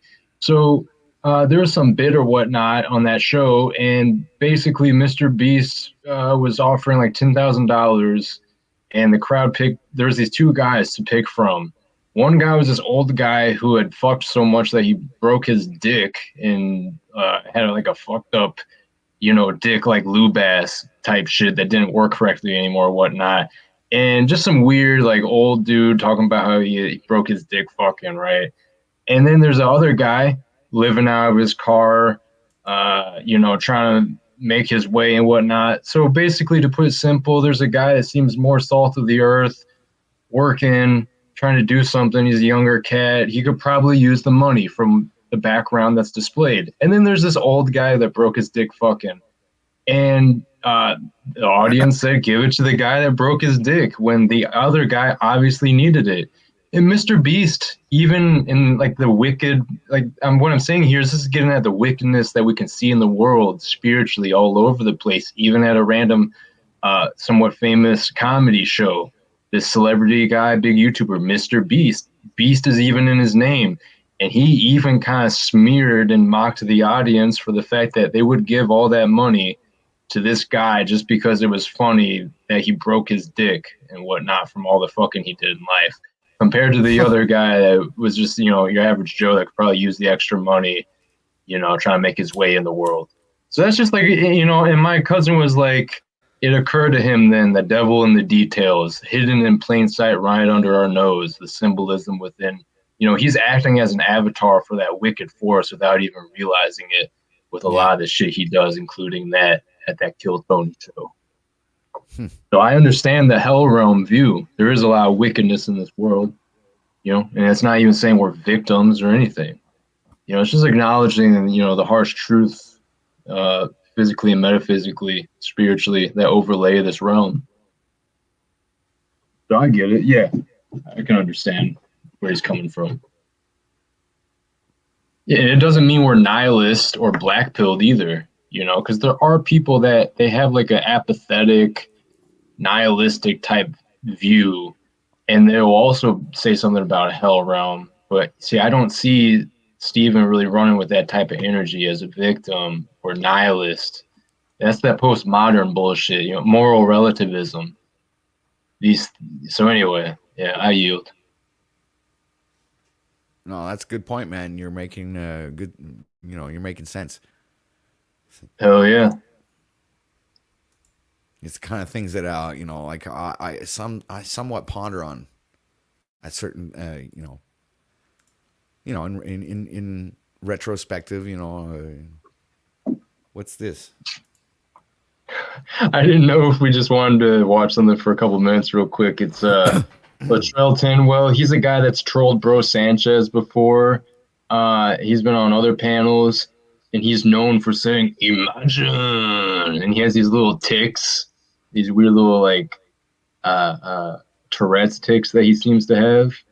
And he just, he likes to call out all these different communities, specifically like the Aboriginal / Black conscious communities that kind of stem from Bro Sanchez. And I don't know, it's just, some more kind of just surface level kind of nonsense drama. But this guy is fucking funny, man. Like, he took down some of his old stuff, but like, you don't even have to know who or what he's talking about. Just these little mannerisms and tics he has is funny within itself. Microphone check 1 2. What is this? Got patrol dog looking down the business. What the business? Man, what the business? Copper tone, yeah. Y'all be anywhere in the world. Y'all not here with me, YouTube. I appreciate that. Man, I don't know what I'm gonna label this, but this is addressed to Red Squid. Done started all this static and shit. Got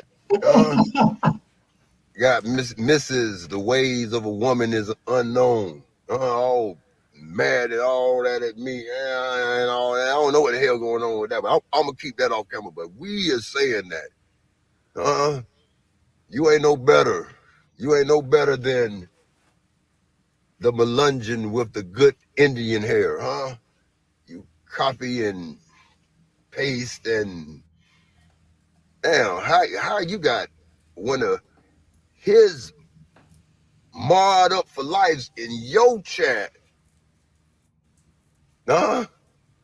And she over there saying that I'll be dropping facts. I know, hey, just saying, you need to get that AI and give that name and all that, man. Take that hashtag off, man. Give that back to AI so she could calm down. And could you bear witness? This on your stream, man. Go back and find when I had the knife. Go find, microphone check, man. Go find for me that knife on that live stream that I did this. That was the Tampa Bay Buccaneers, but AI claimed that I made a death threat at her. I said the AI that had my goddamn money jammed up and shit. I'm better than this. Even if I do smoke weed. The human AI, you need to get out of that chaos space. But this ain't about you, but I'm just saying. This is Squid. Red Lobster. Red Lobster. Consecutively for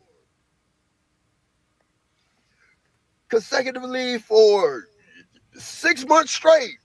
You want a world genius Guinness Book of World Records for streaming shit. You consecutively had that link out there consecutively in the conscience community. In the conscience community. You had it up for 6 months straight, and this be the first day that no link is out there. So Fort mob style, Fort Red Mobster, probably sponsored by Red Lobster. Why that drawbridge up? Why your drawbridge is up? You got ops now. Now you been had ops, man. I'm just saying, why that drawbridge up? You known for having it down, letting all strands of man in there, but now your drawbridge up, man. I know what's going on, man. So now the next question is, Next question is,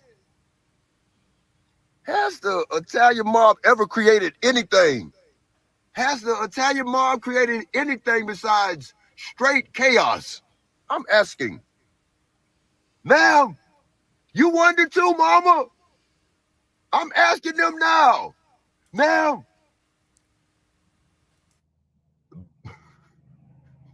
All right, ma'am. All right, mama. Back to it. I'm just saying. You in some shit, man. You need to make it known, man. It's wartime. We at war. That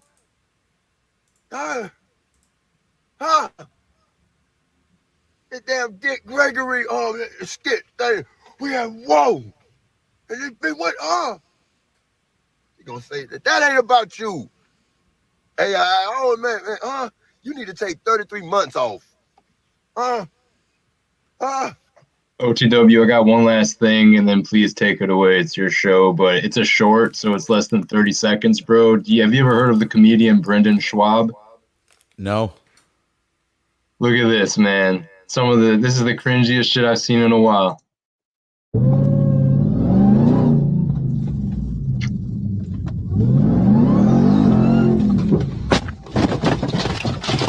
Emergency call to the SOS This service dude provided by the accelerated while manufacturer. turning. To cancel, press the SOS or cancel button. Starting SOS call.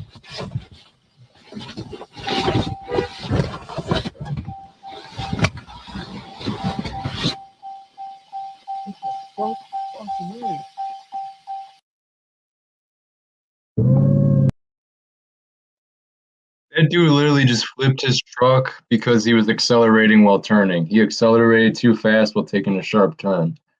It's like someone trying to do a burnout, not knowing what they're doing and driving too fast while they're turning and flipping their car over. Like that just reeks of someone that's been sheltered and had everything handed to them. They're so dumb they don't realize you can't gun it while you're taking a sharp turn, especially on like a truck or SUV. This guy did that shit, man. Oh, people hate Brendan Schwab. I didn't realize the comedy communities out here in the modern day. Like Joe Rogan gets a lot of hate actually, and a lot of people think he's just a lot of people think that he's basically like a gatekeeper in the comedy industry, and I can see that. I understand that to a degree. There's the Joe Rogan friend effect. I was seeing the video earlier.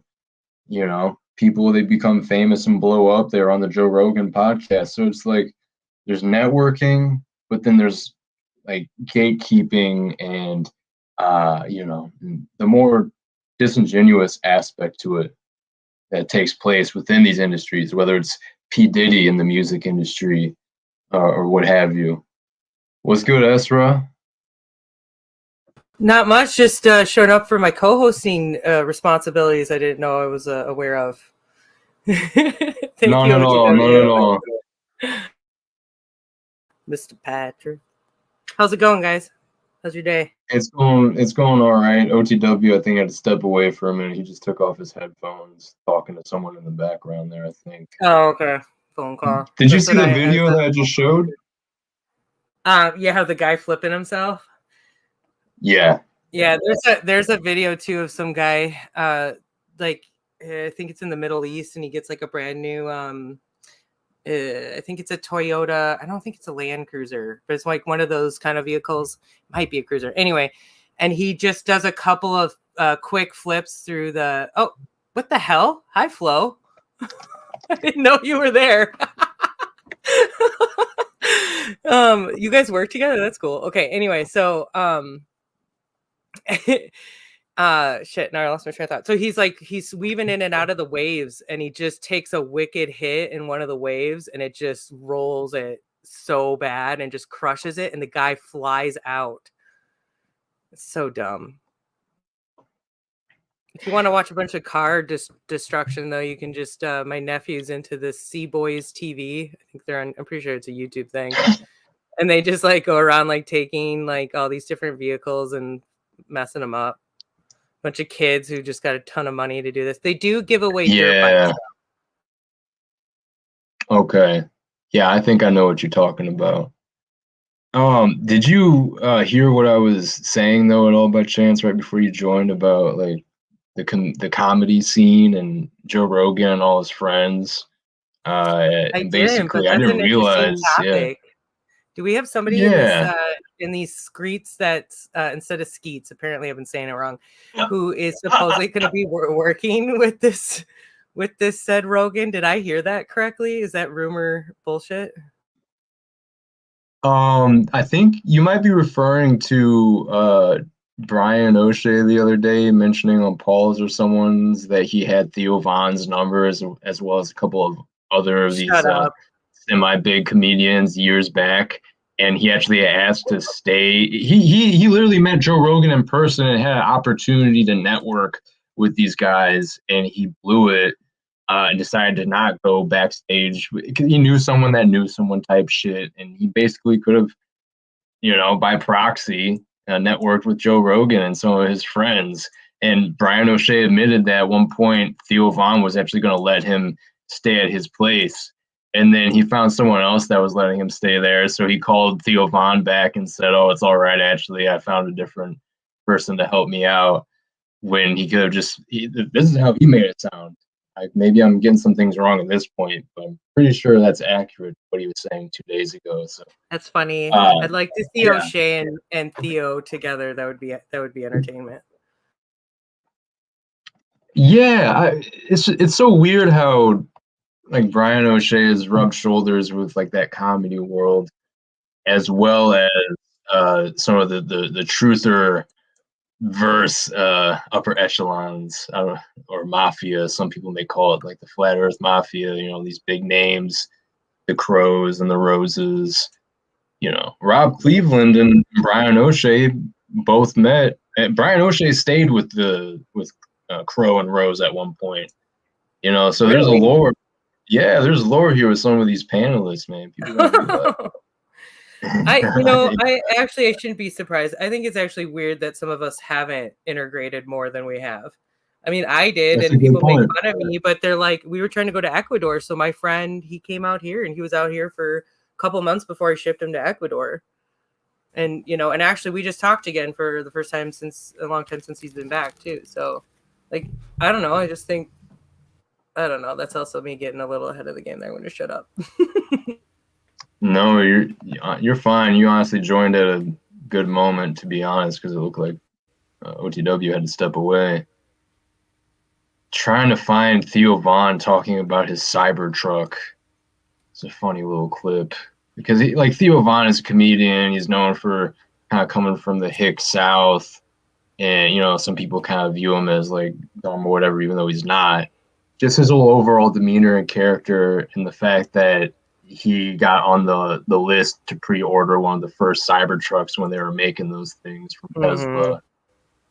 It's kind of funny. It's like a joke within itself, the idea of someone like him driving one of those things. And he had even said, I'm trying to find the video here, but he had said, I thought the windows were tinted. And he was saying he was in traffic and there was people next to him at the light, all pointing their phones and recording, like, oh, look, it's a Cybertruck. And he's just like looking around like, oh, fuck, I didn't think about this. I didn't think about this part of it. I just drove by one the other day and I couldn't see inside of it. I don't know. Maybe I guess it's just the kind that he got. Or maybe it was like circumstances with the lighting or something. Thank you, Patrick. Why does Paul have a lazy eye? It's the character, I know. It's Wait, what? Edward Norton, actually the just image see how behind the image. I love it. Yeah, brilliant actor, by the way. He was one of my Thornton? favorites. Oh yeah. Yeah. Especially, he won me over with Fight Club. Honestly, that was exactly. Yeah. Exactly. That movie is so epic. Brad Pitt, though, too. Like, did you ever see? God, his character in this was so fucking funny. Thank you for not smoking? Is that the one I'm thinking of? No. Yes. I don't know. He I plays might have this. not even He plays seen this that like one. airhead. He plays this airhead gym coach, and he's like super hyper. He just plays like a totally different, like weird goofball character, and then like just from. And I'm not trying to promote the guy, okay? But anyway, there's some good acting in that. Yeah, the pedo pogos, the one to freaking promote them, right?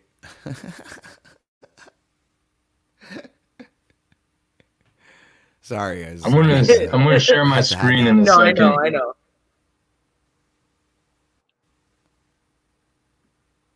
Okay, well, we'll just wait here in silence, Christos, and make it awkward. No, I'm about to share my screen for you because I can tell that we're coming to that point. Oh, okay.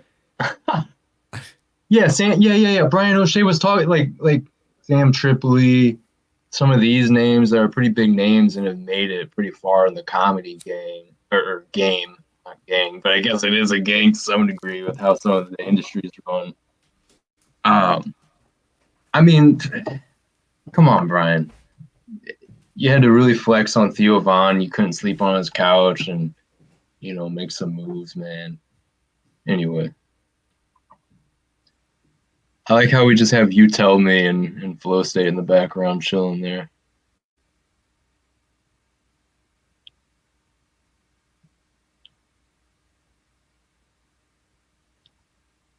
That's you, OTW. That's you.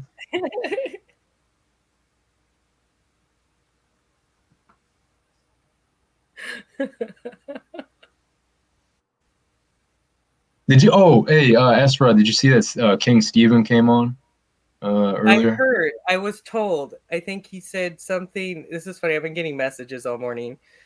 I heard something. He said he was referring to me as I'm not like the other Hell Realm girls. I'm different. Is that him? I never heard that, but I know that there's plenty of channels that are into you. That's for sure. He was because he was doing some truly flirting thing with you. I remember that one time you came on. Yeah, he keeps asking me if his voice makes my panties wet, and I've told him rather it is drying up my uterus a little bit. Whose voice? Steve. I'm no longer referring to him as a hierarchy. He's now known as Steve. He's just Steve? Just Steve. Damn. He doesn't even. I have a Salt and Steven now, so there had to be a replacement.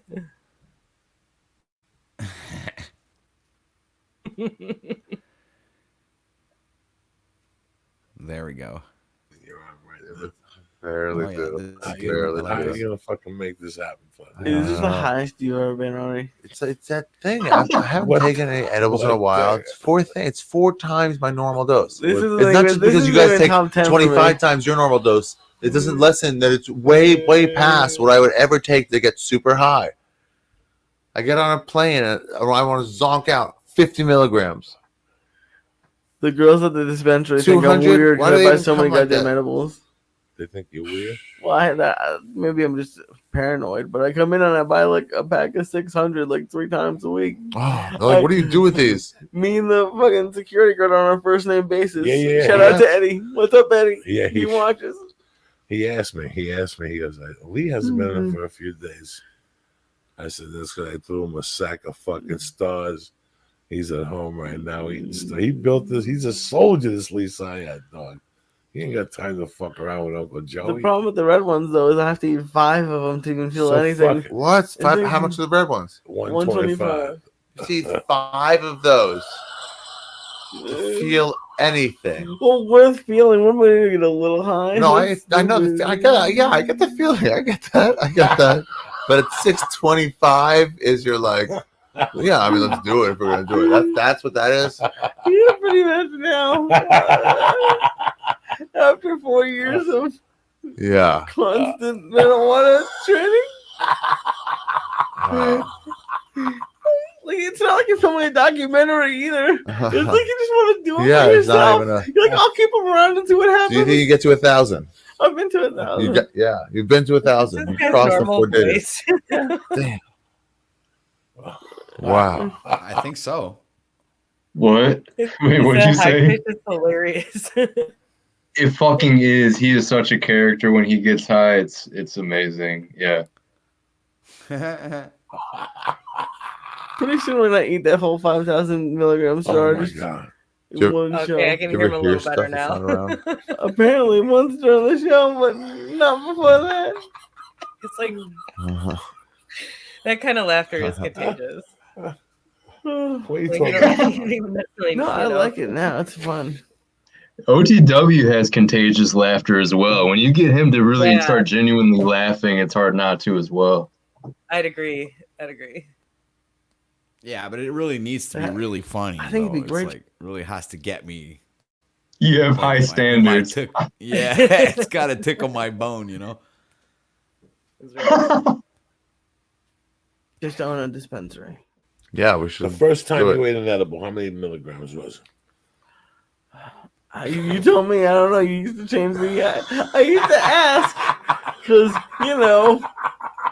I hear all these things, and you're like, who cares? Who knows? They don't have. I don't know. I just eat it. So I don't know. Probably 50. 100. No. When we first started, you were doing 50s, 35s. I had you light. Light. I had you. It's the 30. biggest they make in Colorado. They don't even make them. I think they make like 10. The first thing I ever gave you was the 35s. I used to split the 35s in half. Okay. And then I knew that they came in 180. After about a month or 5 weeks of 35, I said, fuck it. I took it like a weight regimen. For example, if you went to the YMCA today, it's Monday, right? And you start lifting today. Right. Yeah. And you did like 3 weeks of fucking lifting. And after the 4th week on Monday, we start stacking the weights and see what you could lift. Yeah. And you lift, 300 pounds, whatever. Then after that, we're going to cater the workout to that too. So what I decided was, since I was his trainer, his godfather, was I took the labels off the 180 and I cut them in half and put 35s around them. Sure. And I jumped them up from 35 milligrams straight up to 90. You understand? Jesus.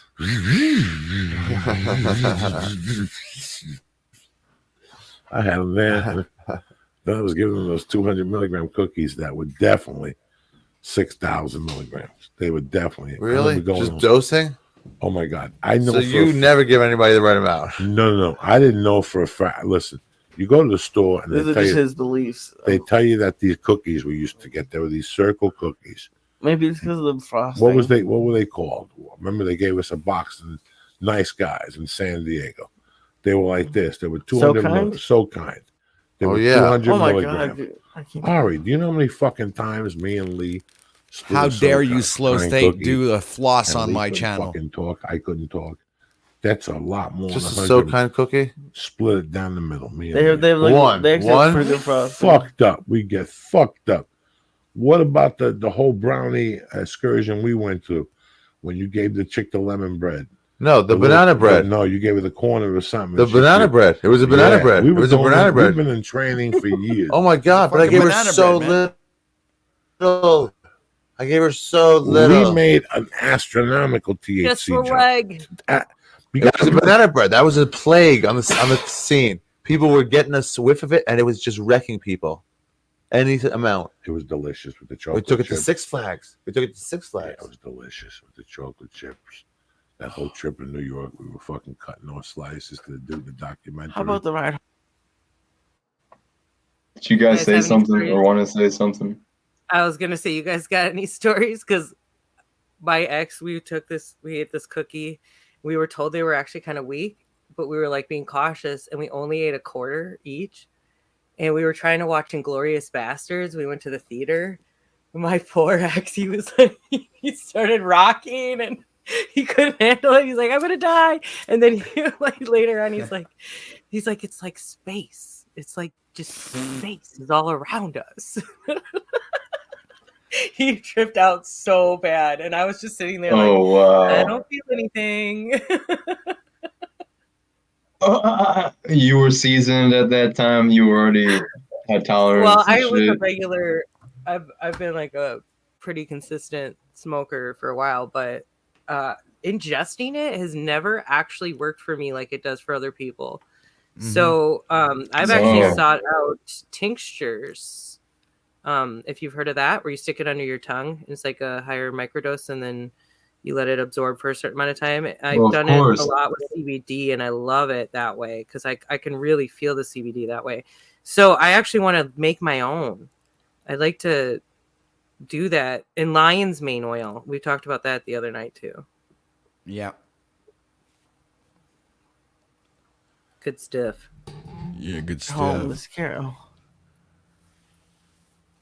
The what? The scariest ride home. I was when you gave it to me in the morning. We almost missed our flight. Fucking unbelievable. At least doing 800 milligrams of THC off the bat, talking to motherfuckers. Yeah. Well, That's I honestly think that it's at a certain point the body's like, hey, you fed way too much, so we're just going to turn that off right now. So I think I'm pretty much over that threshold. I think so. No, this is what you do. Yeah. In a couple of weeks, we take it back into training. Yeah. We go back to 125s. Oh, wait, what? Just a 1-star for one. That's not going to do shit. Listen to for me. a while. The body adapts. It'll take about 3 times. By the 4th time, you'll be fucked up at 120. That is a good thing about weed. Your tolerance goes right back down. Right back down. I love coming back to LA. Whenever I do, it's like, oh, it's great for the first week or two. I got you in training, Lisa. I got you in training. But we never take breaks. Well, who takes a break? People don't take breaks. Who takes a break? I You love think that. He's always boxing, ready to shadow go. boxing, doing jumping jacks. Challenging the future. Taking breaks are for Doing losers. push-ups. That's what he said, but he was Yeah. doing something. He was Make running, believe he was and make doing believe. something. Only you He's trying. He's out there trying every day. And he was in the getting his dick trenches. sucked with smoking weed and jumping up and down. But I guarantee. Speaking of smoking weed and getting your dick sucked, I remember there's this time, speaking of stories, this chick from Tinder I had met. I gave her my address. We were trying to figure out how far away we were from each other. She started coming over the moment I gave her my address, and I wasn't even ready. I said, I didn't tell you you could come over yet or come over at all. She said, oh, too bad. I'm almost there. I'm about 10 minutes out. And so she comes through. She's at my sunroom door. I'm saying, what's up? I'm like, yeah, just let me pack this bowl of weed here real quick. And she's like, how about you just pull your pants down and I suck your dick while you pack that bowl for us? Amazing night, you know, but it had to do with weed. Yeah, And I know that it wasn't weed focused, but it involved weed. So it applied to what Joy Diaz was just saying. Weed and there. blowjobs. It's like, wow, what a great night. Hell yeah. Oh, yeah. Nature's involved, See that and now we're motherfucker talking. running. Already. All around. Yep. 10 miles 4 times a week, 3 times a week. Around That's a lot 209 more miles a than week. you and I do. How could he ever do anything He's else? got built-in cardio. He didn't go in there and look that smooth in the second round, throwing all those punches. He did, though. Because he God, wasn't in times. shape. He was in shape. If it's 2 in the afternoon and you ain't high, go fuck yourself. Get out of my face. I want you around me like I want cancer in my ball sack. You know what I'm saying? You're going to come around here.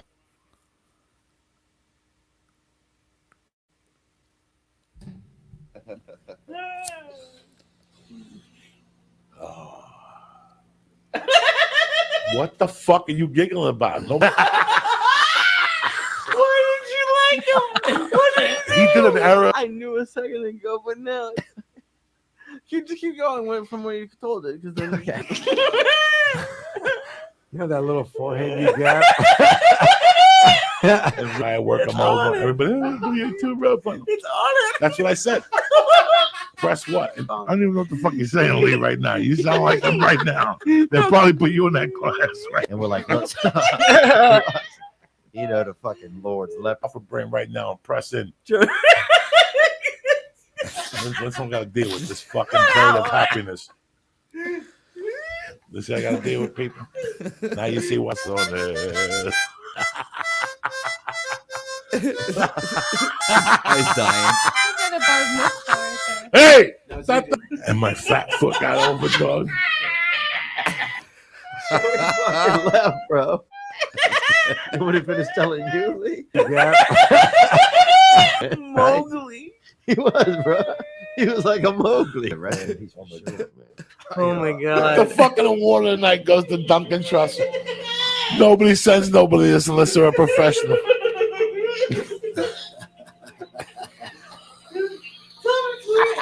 Oh, Goose is loose.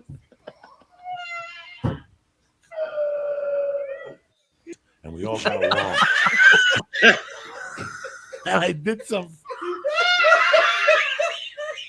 Yeti, you better take that back.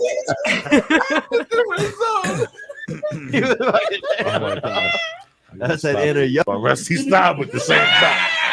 Right, so that year on it. Press what? Church, please.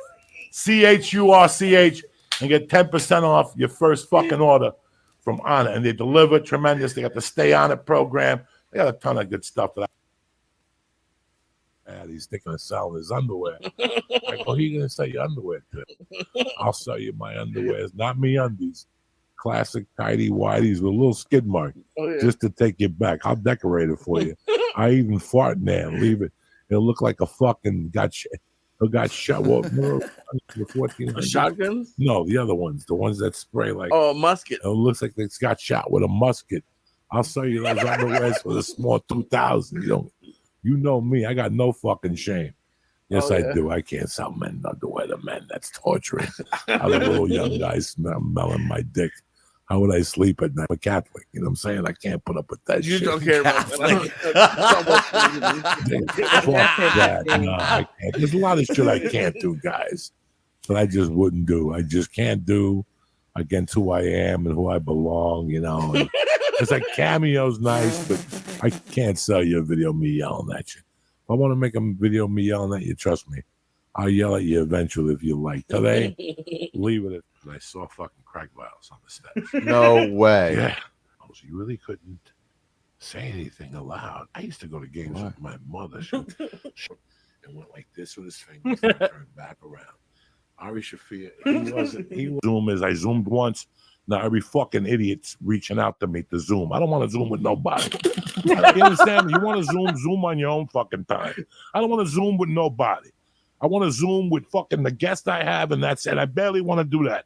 And you know I love Dean Del Rey, and I had other guests. Now I got to call people, see if they got fucking Zoom for a month. I'd rather fucking choke myself. But anyway, you know, it is what it is. Technology. That's good. Everything's changing. I'm still not. He's never spoken to me again. And I can care less. Their own jokes. Yep. For Christ's sake, why are you picking on me? Yep. I'm just trying to remember. Will they give you something to lock into? Listen, I don't remember. All I know. Yeah, once in a while. Tell him you're friends. All right. He hates me. Why? He hates me. Why? Stop with the gun control. They're selling more guns than ever the last 3 days. His name was Darren Rago. And he was a garbage man for a while. Uh-huh. So we found out what his route was, right? So me and my buddies we'll go on his route. He talks urban, the whole thing. I thought he's around a lot of chicken. You know what I'm saying? Collard greens with hummus next to him. But nobody's reaction bothered me more than DJ Khalid. Oh, God. Because here's Alibaba trying to be fucking Fat Joe. I mean, crawls on top of the roof, Joe, and they're hitting the fucking roof. Got everything. When they woke him up, he goes, "Are my fries ready?" This is how. And you guys would smoke, and I'd lose my mind. Yeah, you did it. You hated it. I remember you were like, "Close that. Turn that camera off." Oh my God. The FBI's watching us. You want to illegal DC, and here we are smoking like with chimneys. They're gonna see us. And then I saw Box Crown, the Chronicle.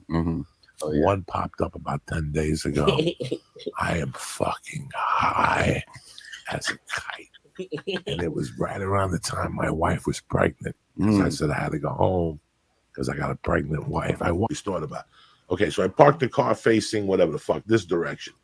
But when I got the car, you know, when I go on Rogan, I'm like this dumbest guest. I'm like this dumbest guest. I don't know. I've been on there a lot. And I get fucking more hits than those geniuses. I laugh my ass off. They're like geniuses with glasses. Rogan, me, you. I watched the one when Doug Stanhope called me Joey Jingles. That's right. And I was dying. And Is it Pete capitalized? no, Puerto Rican Nelson was cool as fuck. I told him, you fucked up my night last night. And then I tried to buy out of Denver after their fucking team lost. for a couple of weeks. Let us forget about Wuhan. Then you make this. For the last 3 weeks, I have been laughing at this. By my Dr. La Jolla. Lee was already, his mom was in the audience. He's ready to go up on stage. And the guy is playing the piano and he's singing songs.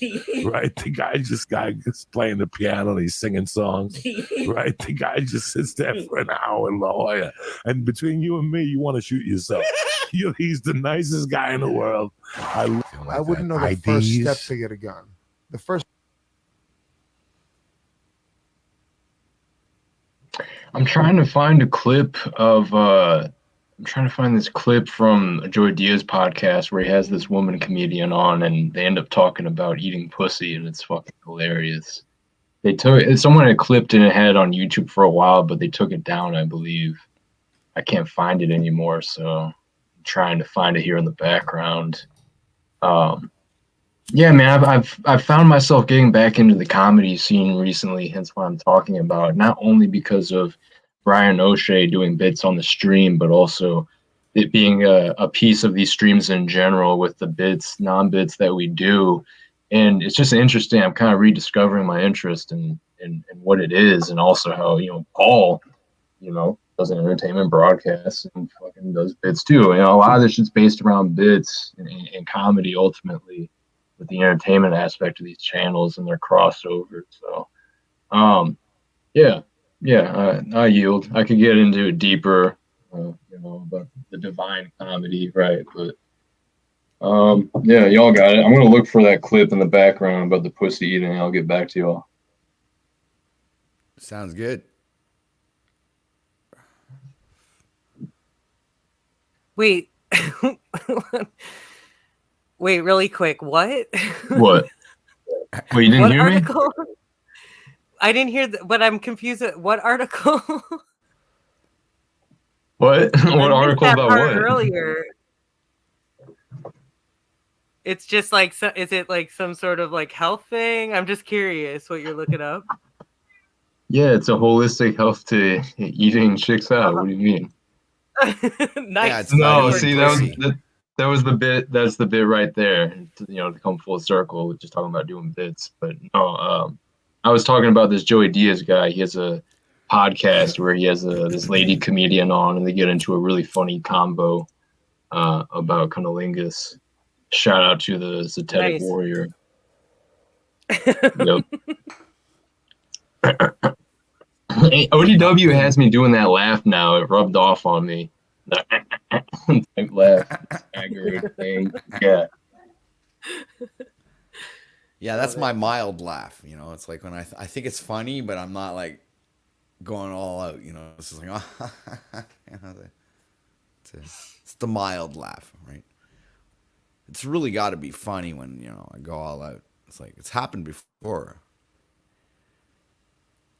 I don't know. Sometimes I laugh so much, hilarious lately. My face hurts, and it's like I don't believe I'm. That's the thing. Maybe more than like totally losing it in one moment. Lately, it's just been. I feel like I've been laughing all day, and my cheeks are hurting because of that. Seriously, it's just I don't know why, but things have just been extra humorous and a bit joyous. I feel that. Yeah, that goes along with exactly what I'm saying. I've been finding a lot of comedy and entertainment coming out of these streams, especially recently. I find myself dying off of certain situations, like really just taken over by the laughter. And it's a great feeling, honestly. Exactly. In fact, actually, no, I'm not going to get into that right now. But I had some crazy stuff happen.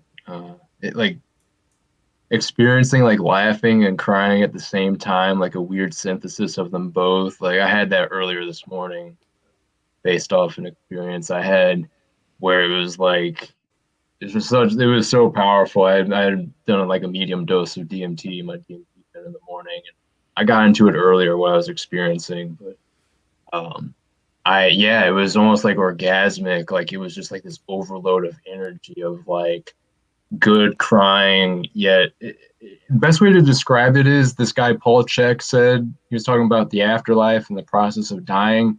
And the way he put it, and he's a medicine man, certified Native American medicine man. This dude's really interesting, a holistic health guy. I'll send you a link. But he basically said, imagine a guy that's like a businessman that, he's mistreated his family and he's really given into the worldly ways and just cared so much about making money and shit. And then he's on his deathbed and crossing over, and he realizes that, in a way he did all these things and it fucked up in a sense. There was this duality that his self came to of, I could have done this shit better, regrets, resentments, or whatever. But at the same time, it's like God holds you accountable, yourself holds you accountable and is still real with you. But on the same hand, at the exact same time, you get this fucking unconditional love in that experience. And within your true self that ultimately it was a game, it was a simulation, not to say it didn't matter, but now that shit's past, take it for what it's worth, that life experience, file it away in the multiverse. But what I'm saying here is the idea of like the synthesizing of the polarities of like joy and sadness into this weird, crazy emotion of what is the grand complexity and of what is. Not to start sounding Talcadian, like doing word salads, but it was so powerful and immense, this realization of how we let ourselves into these different thought forms and into different complexes and belief systems and different ruts and patterns, and just fucking wiping that away, just doing like a metaphysical, energetic bath and cleanse, and realizing, wow, like I've been doing so much shit that is hindering me that's so easy to remove, and like I'm doing all these things I don't have to do. It's just really giving you a higher, clear perspective and cleaning out that baggage that we can have mentally. And I was like crying for realizing, wow, like I've been holding myself back, but here I am at the same time. We're moving forward, and but like you feel like laughing maybe it's like healing, manically almost. It's like you're crying and you realize it's related to the healing rather than it being a sad thing. I mean, yeah, and the way the Paul Check guy said it was that businessman that led this type of life that really wasn't the best, but at the same time he's having this transcendental experience with God. It's like all this at once of that pain and that realization, yet the release of that's in the past, that was that life, that's what it was. You can't hold it against yourself for how it played out.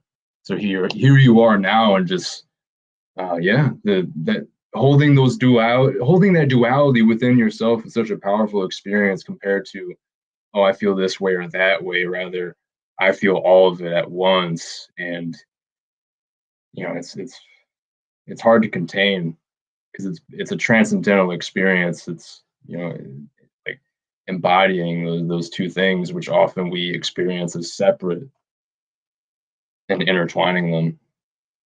I'm sure you guys felt that, elation when you came to a couple pivotal realizations that brought you to here, because that's how I felt. And I talk about it a lot. A lot of it has to do with my past relationship, because there were so many things I learned from it. But coming out on the other side of it and having this just full aerial perspective, it's so rewarding.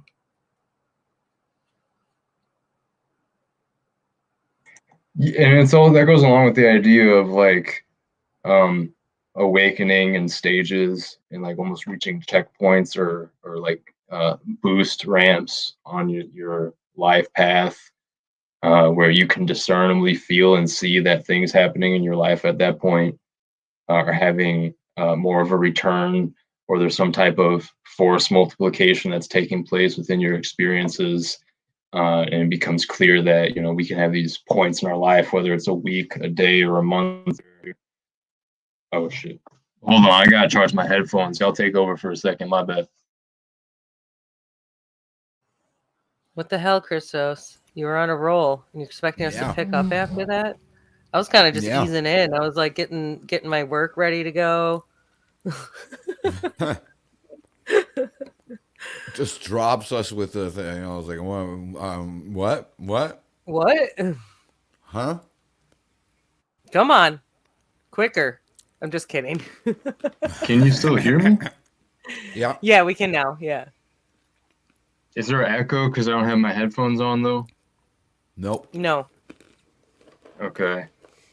Yeah, I was just making the comparison to certain points in our life where there's extra energy, to put it simply, to be taken advantage of. Yeah, that's a good point. Checkpoints, spiritual awakening checkpoints, where you realize there's even more that you didn't have an understanding of that you come to. For example, some of this legal, lawful stuff, and the spiritual layering to it that exists, like even OTW was mentioning with Sandy Machine earlier. Yeah, I don't know. I just lost my thoughts. It's okay. That you'll find them. They're not far. Well, actually, no. I should say I came to my conclusion there, just making the comparison with checkpoints and like ramp boosts of life, where there's more potential energy to be executed upon. Often, you can link it to astrology and astrological events. Often.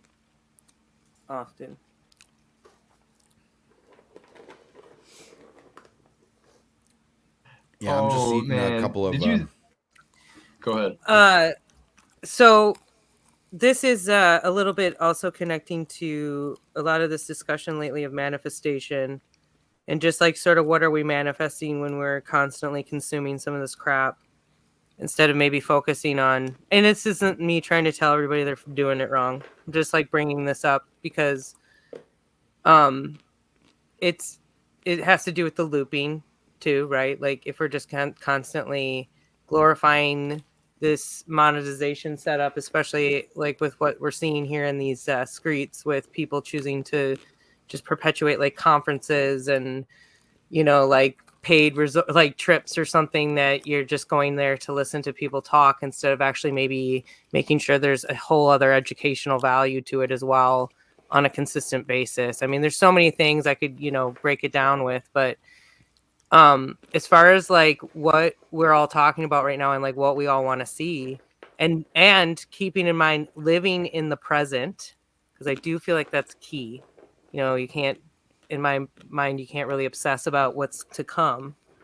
But it's like, what kind of conversations do you guys want to see continue to happen? I mean, consciousness is just a beautiful thing to get into anyway, and energy, resonance, frequency. But what do you guys want to see talked about more too? And I have thought about going live with some of this stuff, but I also I wanted to do a more professional documentary on a lot of this stuff too. And the other thing is, which maybe some of us should be trying to do more too, is doing in-person interviews. Right. I was talking to Yurt about that, and was like, I think he's in California, Northern California. I could be wrong, but so it's not like crazy far for me to get out there and do like some shots of the farm. And you know, there's some other people like you know, Freedom Grower, if he was open to it, because we were talking about how he does companion planting. But anyway, it would be kind of interesting, I think, to see more of the integration, you know? So building stuff together. But I am actively working on that project behind the scenes. I'm just not really trying to make this like all public, you know, the discussion, because we are trying to like get things done and not, you know what I mean? Yeah, not just talk about it. Exactly. There's a power to not divulging your plans or your. There's a certain magic to it, I think. I agree. Like I have a couple. That's the right word. Treasure hunting things happening this summer, but like none of it's like, you know, all guaranteed. Well, nothing's guaranteed in general. So when I'm talking about it, I'm trying to, you know, it's like, well, I got some flexibility here. We're not sure where I'm going to end up. Might be in Canada. I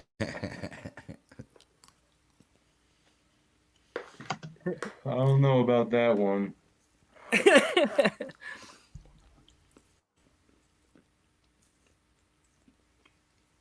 I meant to say earlier, I heard you when I stepped away talking about lion's mane.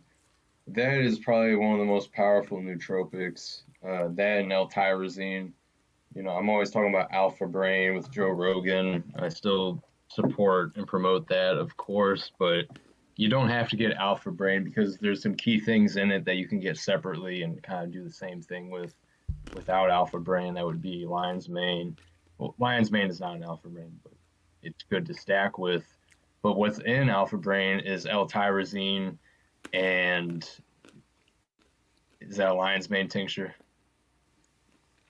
Yeah, lion's mane, L-tyrosine, the amino acid, the primary one that's really good, that's an alpha brain, as well as cat's claw, are two things you can get besides lion's mane, which by themselves you can notice an increase in focus if you take cat's claw by itself, or even L-tyrosine taken by itself. You will notice more of a flow state. This is local. This place is like not far from where I live. It's freaking awesome. Oh, that's even better. Yeah, exactly. Like, you know, if you can get organic, that's good, non-GMO. But if you can get local and what is it called? Bio. What's a word for this? Bioavailability. I'm not sure what word you're actually. But like, yeah, I mean that's the beauty of Oregon is I'm really, really lucky. Like just immediately surrounding me, the options, the quality, the attention to detail, people starting to pick up even on like the no-till options. When you said bio, immediately my mind goes biochar, where you're just talking about a more harmonious relationship with the immediate land. So you're not stripping everything. It's not quantity over quality. You know, biodynamic. But yes. Right Thank now. you. Yeah. So you got it. Yeah. Well, exactly what you were saying right there is what it meant. Biodynamic. That's a good word. I'm glad you said that because I need to that has a lot to do with what I talk about, and I want to put that actually into my manifesto. So thank you. Yeah, I got to understand that word or term because of Shervin Jafariad, who started the company Symbiotica, which is a really high level quality supplement brand, which I also suggest to everyone that cares about really peak performance and quality. Shervin of Symbiotica, he actually is administered self-admittedly 5-MeO-DMT, the toad, to Bufo Alvarius, to Mike Tyson more than once. So this guy has literally facilitated Mike Tyson some of his DMT trips. And, you know, I'm going to pull a Scott 2B and name drop, and I already did name drop him, but, you know, he did respond. I'm not one of these people that try to hit up like famous people or influencers or any of this bullshit. But years back, during 2020 or 2021, I did DM him on Instagram, and he did respond. And he was like, aloha, you know, something told me to pick this message out of all the other ones. And he even says, you know, I can't open up all my messages, people that message me, but he said on more than one podcast that sometimes he'll go in and just pick a couple random ones intuitively and, you know, respond to what the person had to ask or say. And I was one of the people, and he had mentioned these people too, you know, that at first I thought he was a grifter. I was hating on him at first, literally just because a different holistic health type person was trying to expose him and say, oh, you know, I worked with him and blah, blah, blah. And I was like, yeah, man, my discernment was off. You know, I was calling you out when I shouldn't have been, acting like a hater, blah, blah, blah. He was very personable, and, you know, it was cool that he responded. You know, some people really do think they're in the upper echelon and above others. And I'm not talking about in like the bit, not bit way that Steven does of the Sanity Machine, but rather, you know, social media influencers. It's almost like a politician letting the secretary take the voicemail type shit. Like, you know, people that don't want to connect with others. That's what I'm saying about, what we kind of keep perpetuating and what we're seeing with each other, even in this sort of like elitism.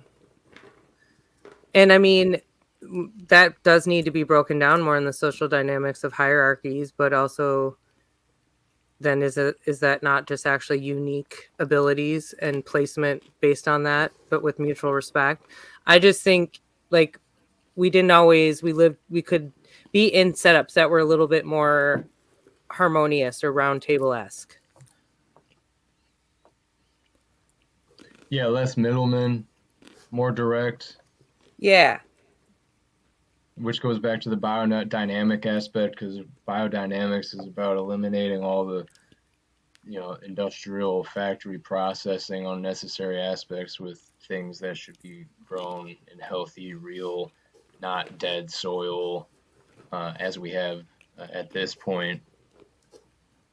Dead food. Exactly. Yeah, mineralization. I need to get some magnesium in myself at some point here. Magnesium is real important to supplement. Very good for your sleep. They actually say for sleep you should spray it in your face. But a lot of things, it's good to absorb it through your feet. Are you getting it for what's the main reason you want to use it? Because of all the essential metabolic functions that it plays a role in that I've learned about over time. The one thing, just like vitamin D is a hormone, is essential. Well, this is where vitamin D. And this is something, and this is obviously my opinion, but this kind of coincides with like getting into pH balance and just balance in general. So I personally feel that anything that you need to take on a consistent basis isn't what your body needs. And setting your body's abilities up to heal itself and to properly hold on to some of these nutrients on its own without relying on bringing it in is crucial. And this kind of goes into that if you constantly are giving your body that supplement, then it's actually going to not learn how to produce it or efficiently fluctuate it on its own. Does that make sense? So anything that you want to constantly take, you probably don't need.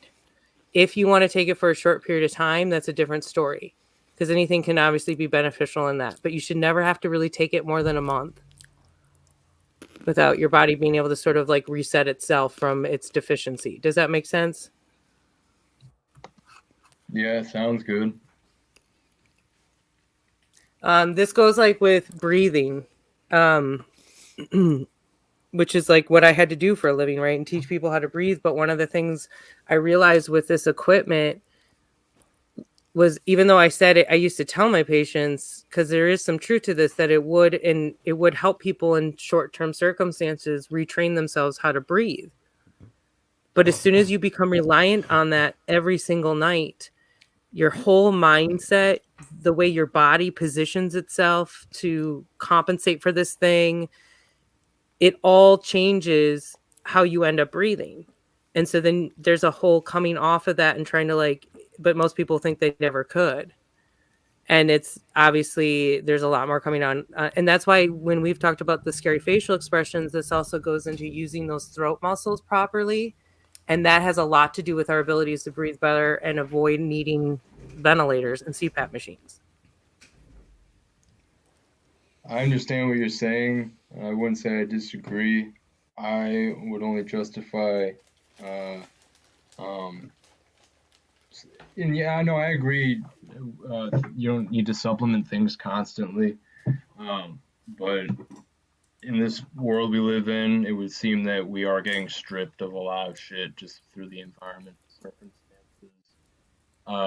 And so it's become par for the course, unfortunately, for certain things that supplementing is going to help, just because it's getting stripped away from us.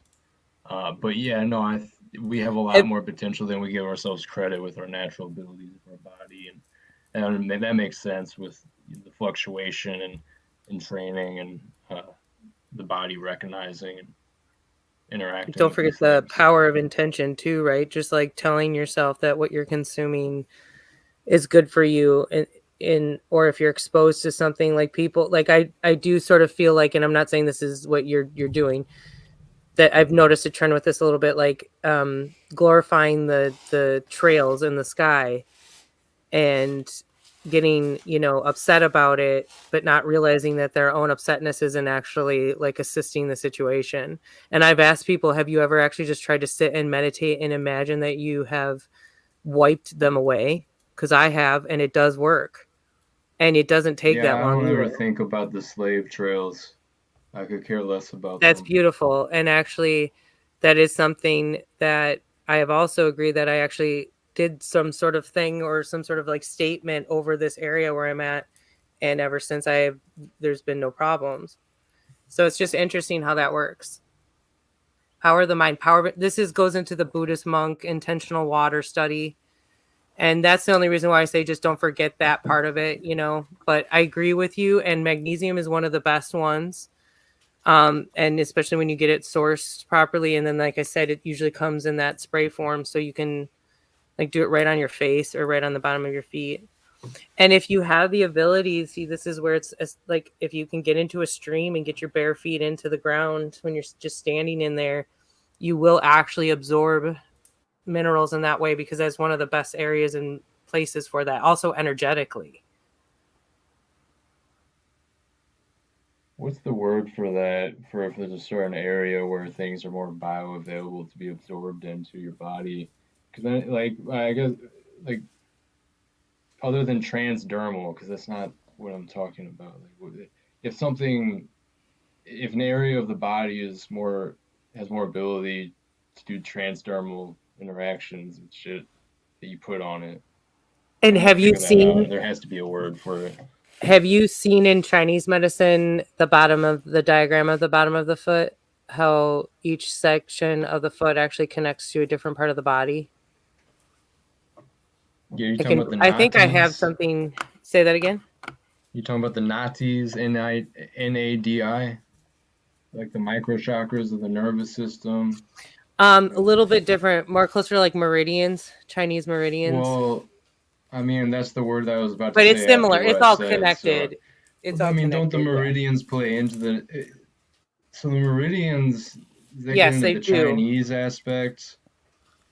Nadis are, I guess, more of a Indian or Hindu thing. Yeah, I think so. Thank you, because I was like, okay. I know what you're talking about, but I'm like, I can't pinpoint it. Hold on, I was gonna see if I had a picture of the bottom of the foot. There's an artist, so I'm gonna tie it in real quick because you're talking about the slave trails and intention in that. You know, there's a lyric by my favorite artist, Illuminati Congo, which I brought up the nadis because he had an Instagram post at one point talking about the nadis and breaking it down and saying that's partially why he calls himself Illuminati Congo, because you break down the word Illuminatis rather than just illuminated, it's illumine the nadis, as in illuminate the nadis, the microchakras, your subtle energy. So getcha. The meridians. Mm-hmm. Nice. Beyond the more complex chakras, basically, you know, the more the micro aspect to the chakras. You wouldn't have any diagrams. I have. Hold on, I'm gonna. Yeah, can you pull it up? I'd like to see what the that diagram of the foot actually how it yeah, hold on, I'm gonna pull this up. You can actually you guys can actually get this in a sock and get like a stone tool, but you don't. A lot of this you don't need stones for. You can use your own hands. We need to be doing that more. Actually, that's an energetic point aspect. Hold on though. As you pull that up, I got it. But Illuminati Congo, not only does he call himself that, but he has a lyric that says, so much weed fumes I've consumed, it makes me immune to the chemtrails, blah, blah, blah. I forgot how he rhymed it, but basically he's saying, yeah, I smoke weed constantly. How could the chemtrails do anything to me? You know, my body is already adapted to this direct combustion of marijuana smoke. Is basically what he's saying, you know. And the magic and the mysticism that exists within something like marijuana and what it can do metaphysically as a shield and for many things in this world, ailments and so on.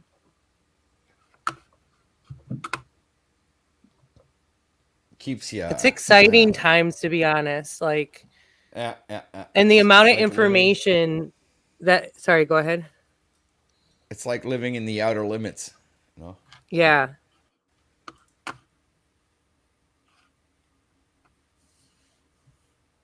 Oh, I thought this one showed it might not show it close up. You know, a strike for showing people drawing on socks. I don't think so. Oh, these are feet exercises.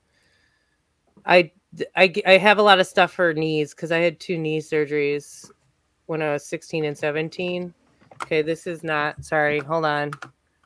I'm sorry because I thought that one showed the picture better. I know I have it somewhere. You guys want to see weird foot exercise? I have weird stuff. Like I have so much random shit saved. And I do try to back this stuff up. I don't just look in for it in one spot. So a lot of the stuff I find actually okay, I'm just gonna look up the picture because it would probably just be easier to look at a picture than trying to find something randomly in Instagram right now. Yeah, I feel One you. moment. I'll be right back as I look this up. Won't take long. Oi. I'm dropping a link in the chat for anybody who wants to join the show. Weird accents all around. Oi.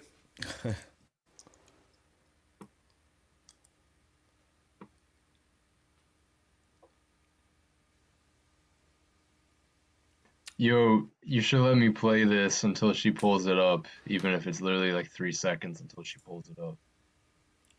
Was different. That's good because now you can rip 3 it. I got seconds. an excuse. They didn't match anyway. Okay. Oh no, you could play it. No, it's fine. Let's do this. This is more important. But I was like, because I was getting it ready, and so I just thought that would be funny if I was like, it was 3 seconds. I mean, we can get back to the monkey action after. Literally, monkey. Oh yeah, I didn't know those were connected to the eyes. And it's just sometimes a matter of just like moving it. But see, this is like I should show you all this. This one lady does it. I can't remember her name, but it's like barefoot something. So she's a podiatrist, but she focuses specifically on bare feet health and properly exercising your feet in that way and spreading your toes out. And there's this whole thing now we're understanding on shoes, which is kind of funny considering that the Chinese binded their feet. But that our feet are very much more supposed to be spread out, especially like our big toe, especially as we're taking certain steps. So like trail running, barefoot, especially like the Indians would run on the fronts of their feet versus their heels. But there is like a whole thing to walking on your heels too.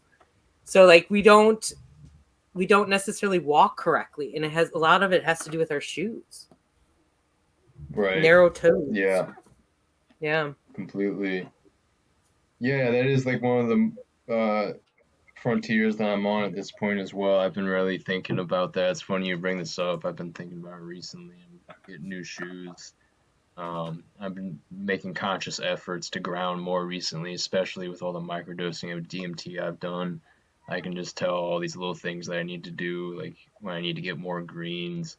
I'm way more in touch with my body than I ever have been, actually. Like it feels like I can get conscious signals from my body as if they're separate beings working with me in the office space of my body or some shit. Different departments, The liver is interesting too. You ever heard people talk about how when you get into the nitty-gritty science of what the liver is doing, it's geotagging everything that is going through your body? You ever heard that term? Yes. Mm-hmm. And interesting too, because a lot of times if you resolve the issues in your liver, you resolve almost the rest of everything.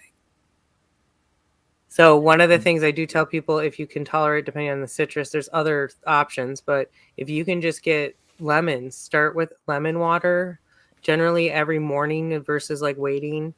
And speaking of which, I did not do that today. I was going to make sure I did that today and I didn't. But it's an amazing cleanser for your liver. And I recommend, making sure you put the rind in there and letting it sit for a little bit in the water. So it really takes it in. Make sure you clean it real good, obviously, for that reason. Let's see if you can hear this real quick. Listen to this beast.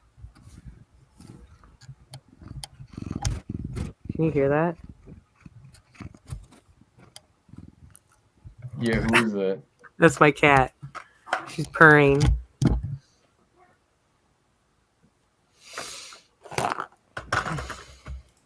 Do you have wait, what was that? My bad.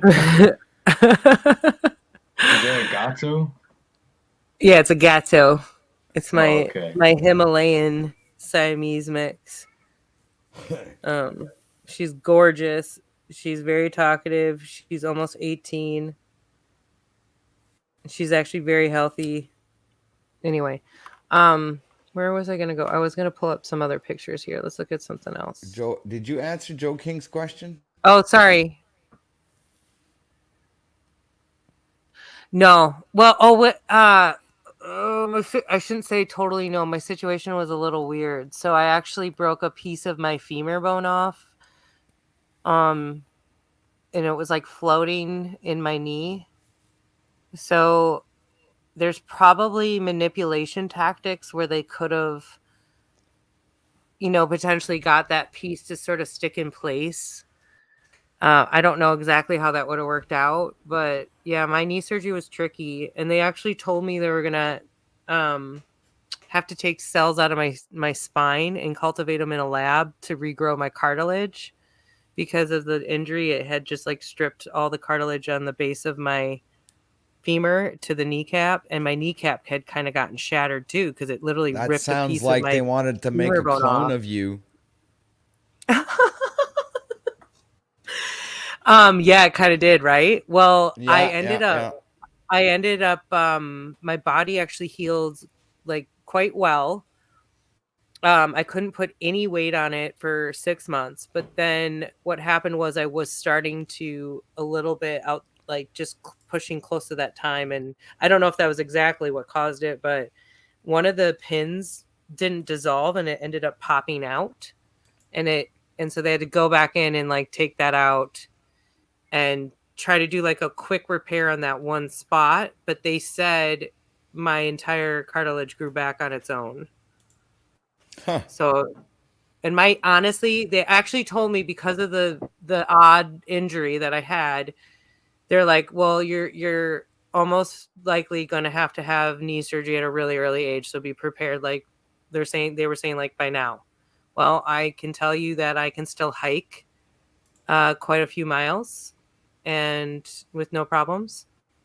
Like I haven't done really long one a lot, but I could do 8 miles really easily right now, and I do 5 often.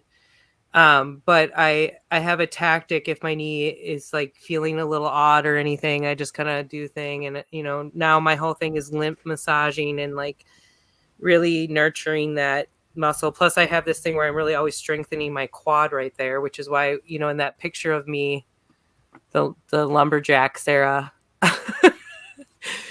I've worked on my muscles because I needed to do that to protect my knee. You know what I mean? And that's my bad knee right there too. So anyway, and oh my god, when after I couldn't walk on my knee, that was the funniest thing.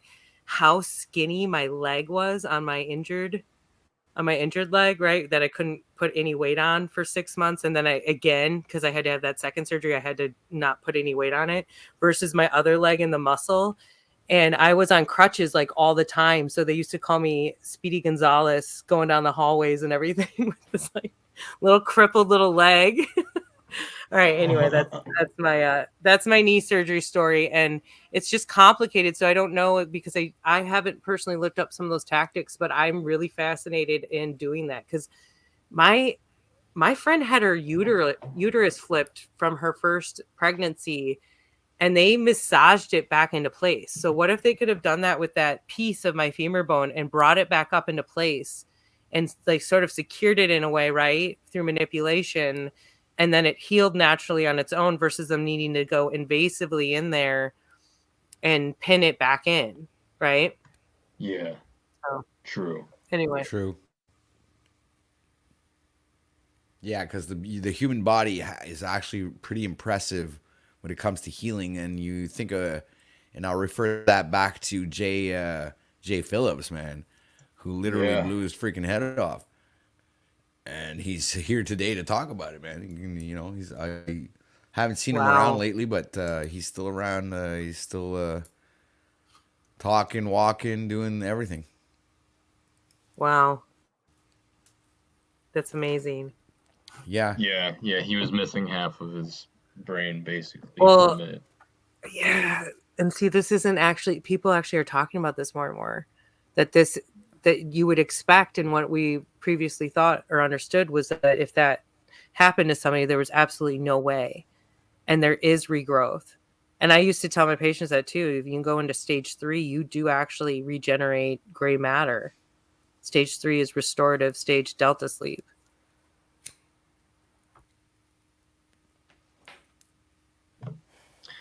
Well, I didn't know that gray matter could be regenerated. I thought it was like once it was dead, it was dead. No, and your neurons Uh-huh. replace itself just like your cells, more so than we realize, more often. Yeah, We lion's do have mane and regenerative capabilities. psilocybin. Yes, sir. Lion's mane and psilocybin both have stuff backing about regrowing neurons. I think psilocybin. I know for sure lion's Both. mane. But Both. yeah. Yeah. It's about rewiring. You can do that through meditation too, though. Well, but you know, there's nothing wrong with it. Don't get me wrong. What I was telling OTW about earlier on my stream before he went live, I was telling him and Pineal Power about how I did like a medium dose of this DMT vape pen allegedly this morning, and it had me in like a dissociative, kind of slightly visionary state where I was starting to see what was, looks like almost like waves of hair or like squiggles, like all together, like flowing in my mind's eye. And next thing I knew, like it felt like my consciousness was behind my head, outside of myself, and like my body was on fire with energy, yet I was like, it felt empty. Like I wasn't my body. Like my body felt like it disappeared, and it was just like surrounded by an aura of like fire and energy, and my consciousness was behind my head. And all of a sudden I started seeing what looked like veins or cords packed together, going into my head. And mind you, I was fucking, the energy was shooting up. Like I was really feeling like energy and power flow into my brain from something, as well as coming down from below me up through like my neck and like around my chin. And so it was like the colliding of two forces into each other and making that torsion aspect, I guess. Just like the yin yang has that look as if it's spiraling in from one side and then spiraling in from the other side, Yep. basically slamming So, together and making the emanation. So something that's kind of crazy for me, that I became a little more aware of maybe in the last 6 months, more hyper aware of, but I can actually see that swirl pattern when I look up at, especially at a blue sky. I mean, if I look up in a bright room and it's light enough, I can actually see that energy swirling, and what you just said in that sort of toroidal, like yin yang type pattern. It's kind of crazy. You're not talking about like the lights themselves and seeing the auras around the light. You're talking about something else? Yeah, like in blank space, like looking up at a blue sky. I actually know what you're talking about. Yeah. And I've had that happen before, depending on what type of state of mind I'm in. I think it might be something different than I guarantee if you just even tried to do it now, most of us tried to do it now, you'd probably be able to see it. Now, I do have something called double vision, so there's a possibility it's connected to that a little bit, but like I also have the ability to move my eyes like in different positions, from each other. Oh, okay. Yeah, I can do that too. Oh, yeah, weirdos unite. And I also can see. We should do a hilarious picture. That'd be funny. Limitations. Thank you. Nice.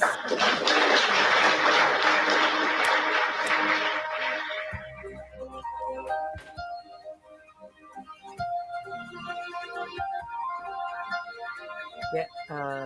A Nazi, a Scientologist, and a Satanist walk into a room at a bar. What do they decide to make? NASA.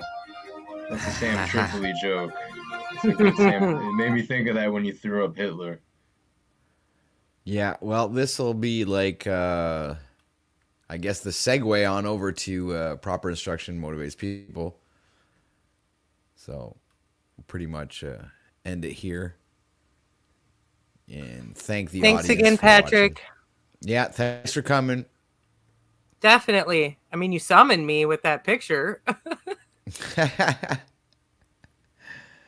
Well, I guess that's the power of the thumbnail. And I'm not gonna not show up for my responsibilities. Right? Yeah. Call for duty. It was Christos's idea. Well, it wasn't like necessarily his idea, but he kind of like made me think of it, So thank you, Christos. Yeah. That's sweet, guys. I appreciate it. Seriously. I do. And your short the other day, I said it on there, but that did mean a lot. So thank you so much. Are you talking about what Yolanda made? No. OTW made a thumbnail for me.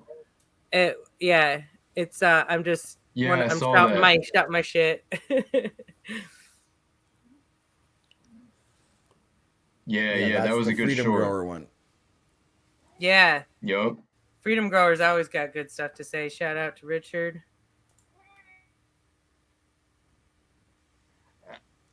This one kills me because You gotta realize they learned the new grift on the digital experience. They're bums. They're homeless fucks. And these cupcake hug-a-buddy fuck-a-buddies. So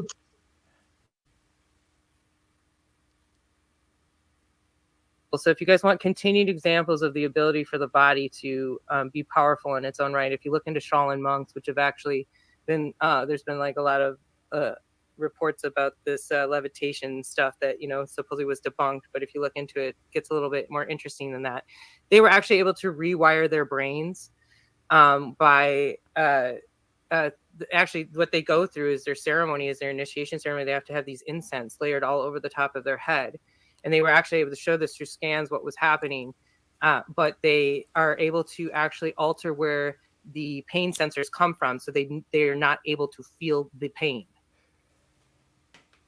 It's time we start waking up, guys. And I'm here to help share that. And I'm here to help share my story so that you guys can see there's a bigger picture and to get rid of your emotions. Trauma, German new medicine. Thank you. These are all key factors to the whole freaking thing. So if you guys want continued examples of you rock, Patrick, you also rock, Christos, and I'll see you guys really soon. All right, we'll head on over to the other side. Go to the other side. Yeah. Break on over to the other side. I'm going over the poles. Check it out. Coming at you from the belly of the beast. This is OTW News signing out for today. Peace, y'all. Sunday and Monday, we're going to keep doing this. From Monday through Friday. All right. Let's get out of here.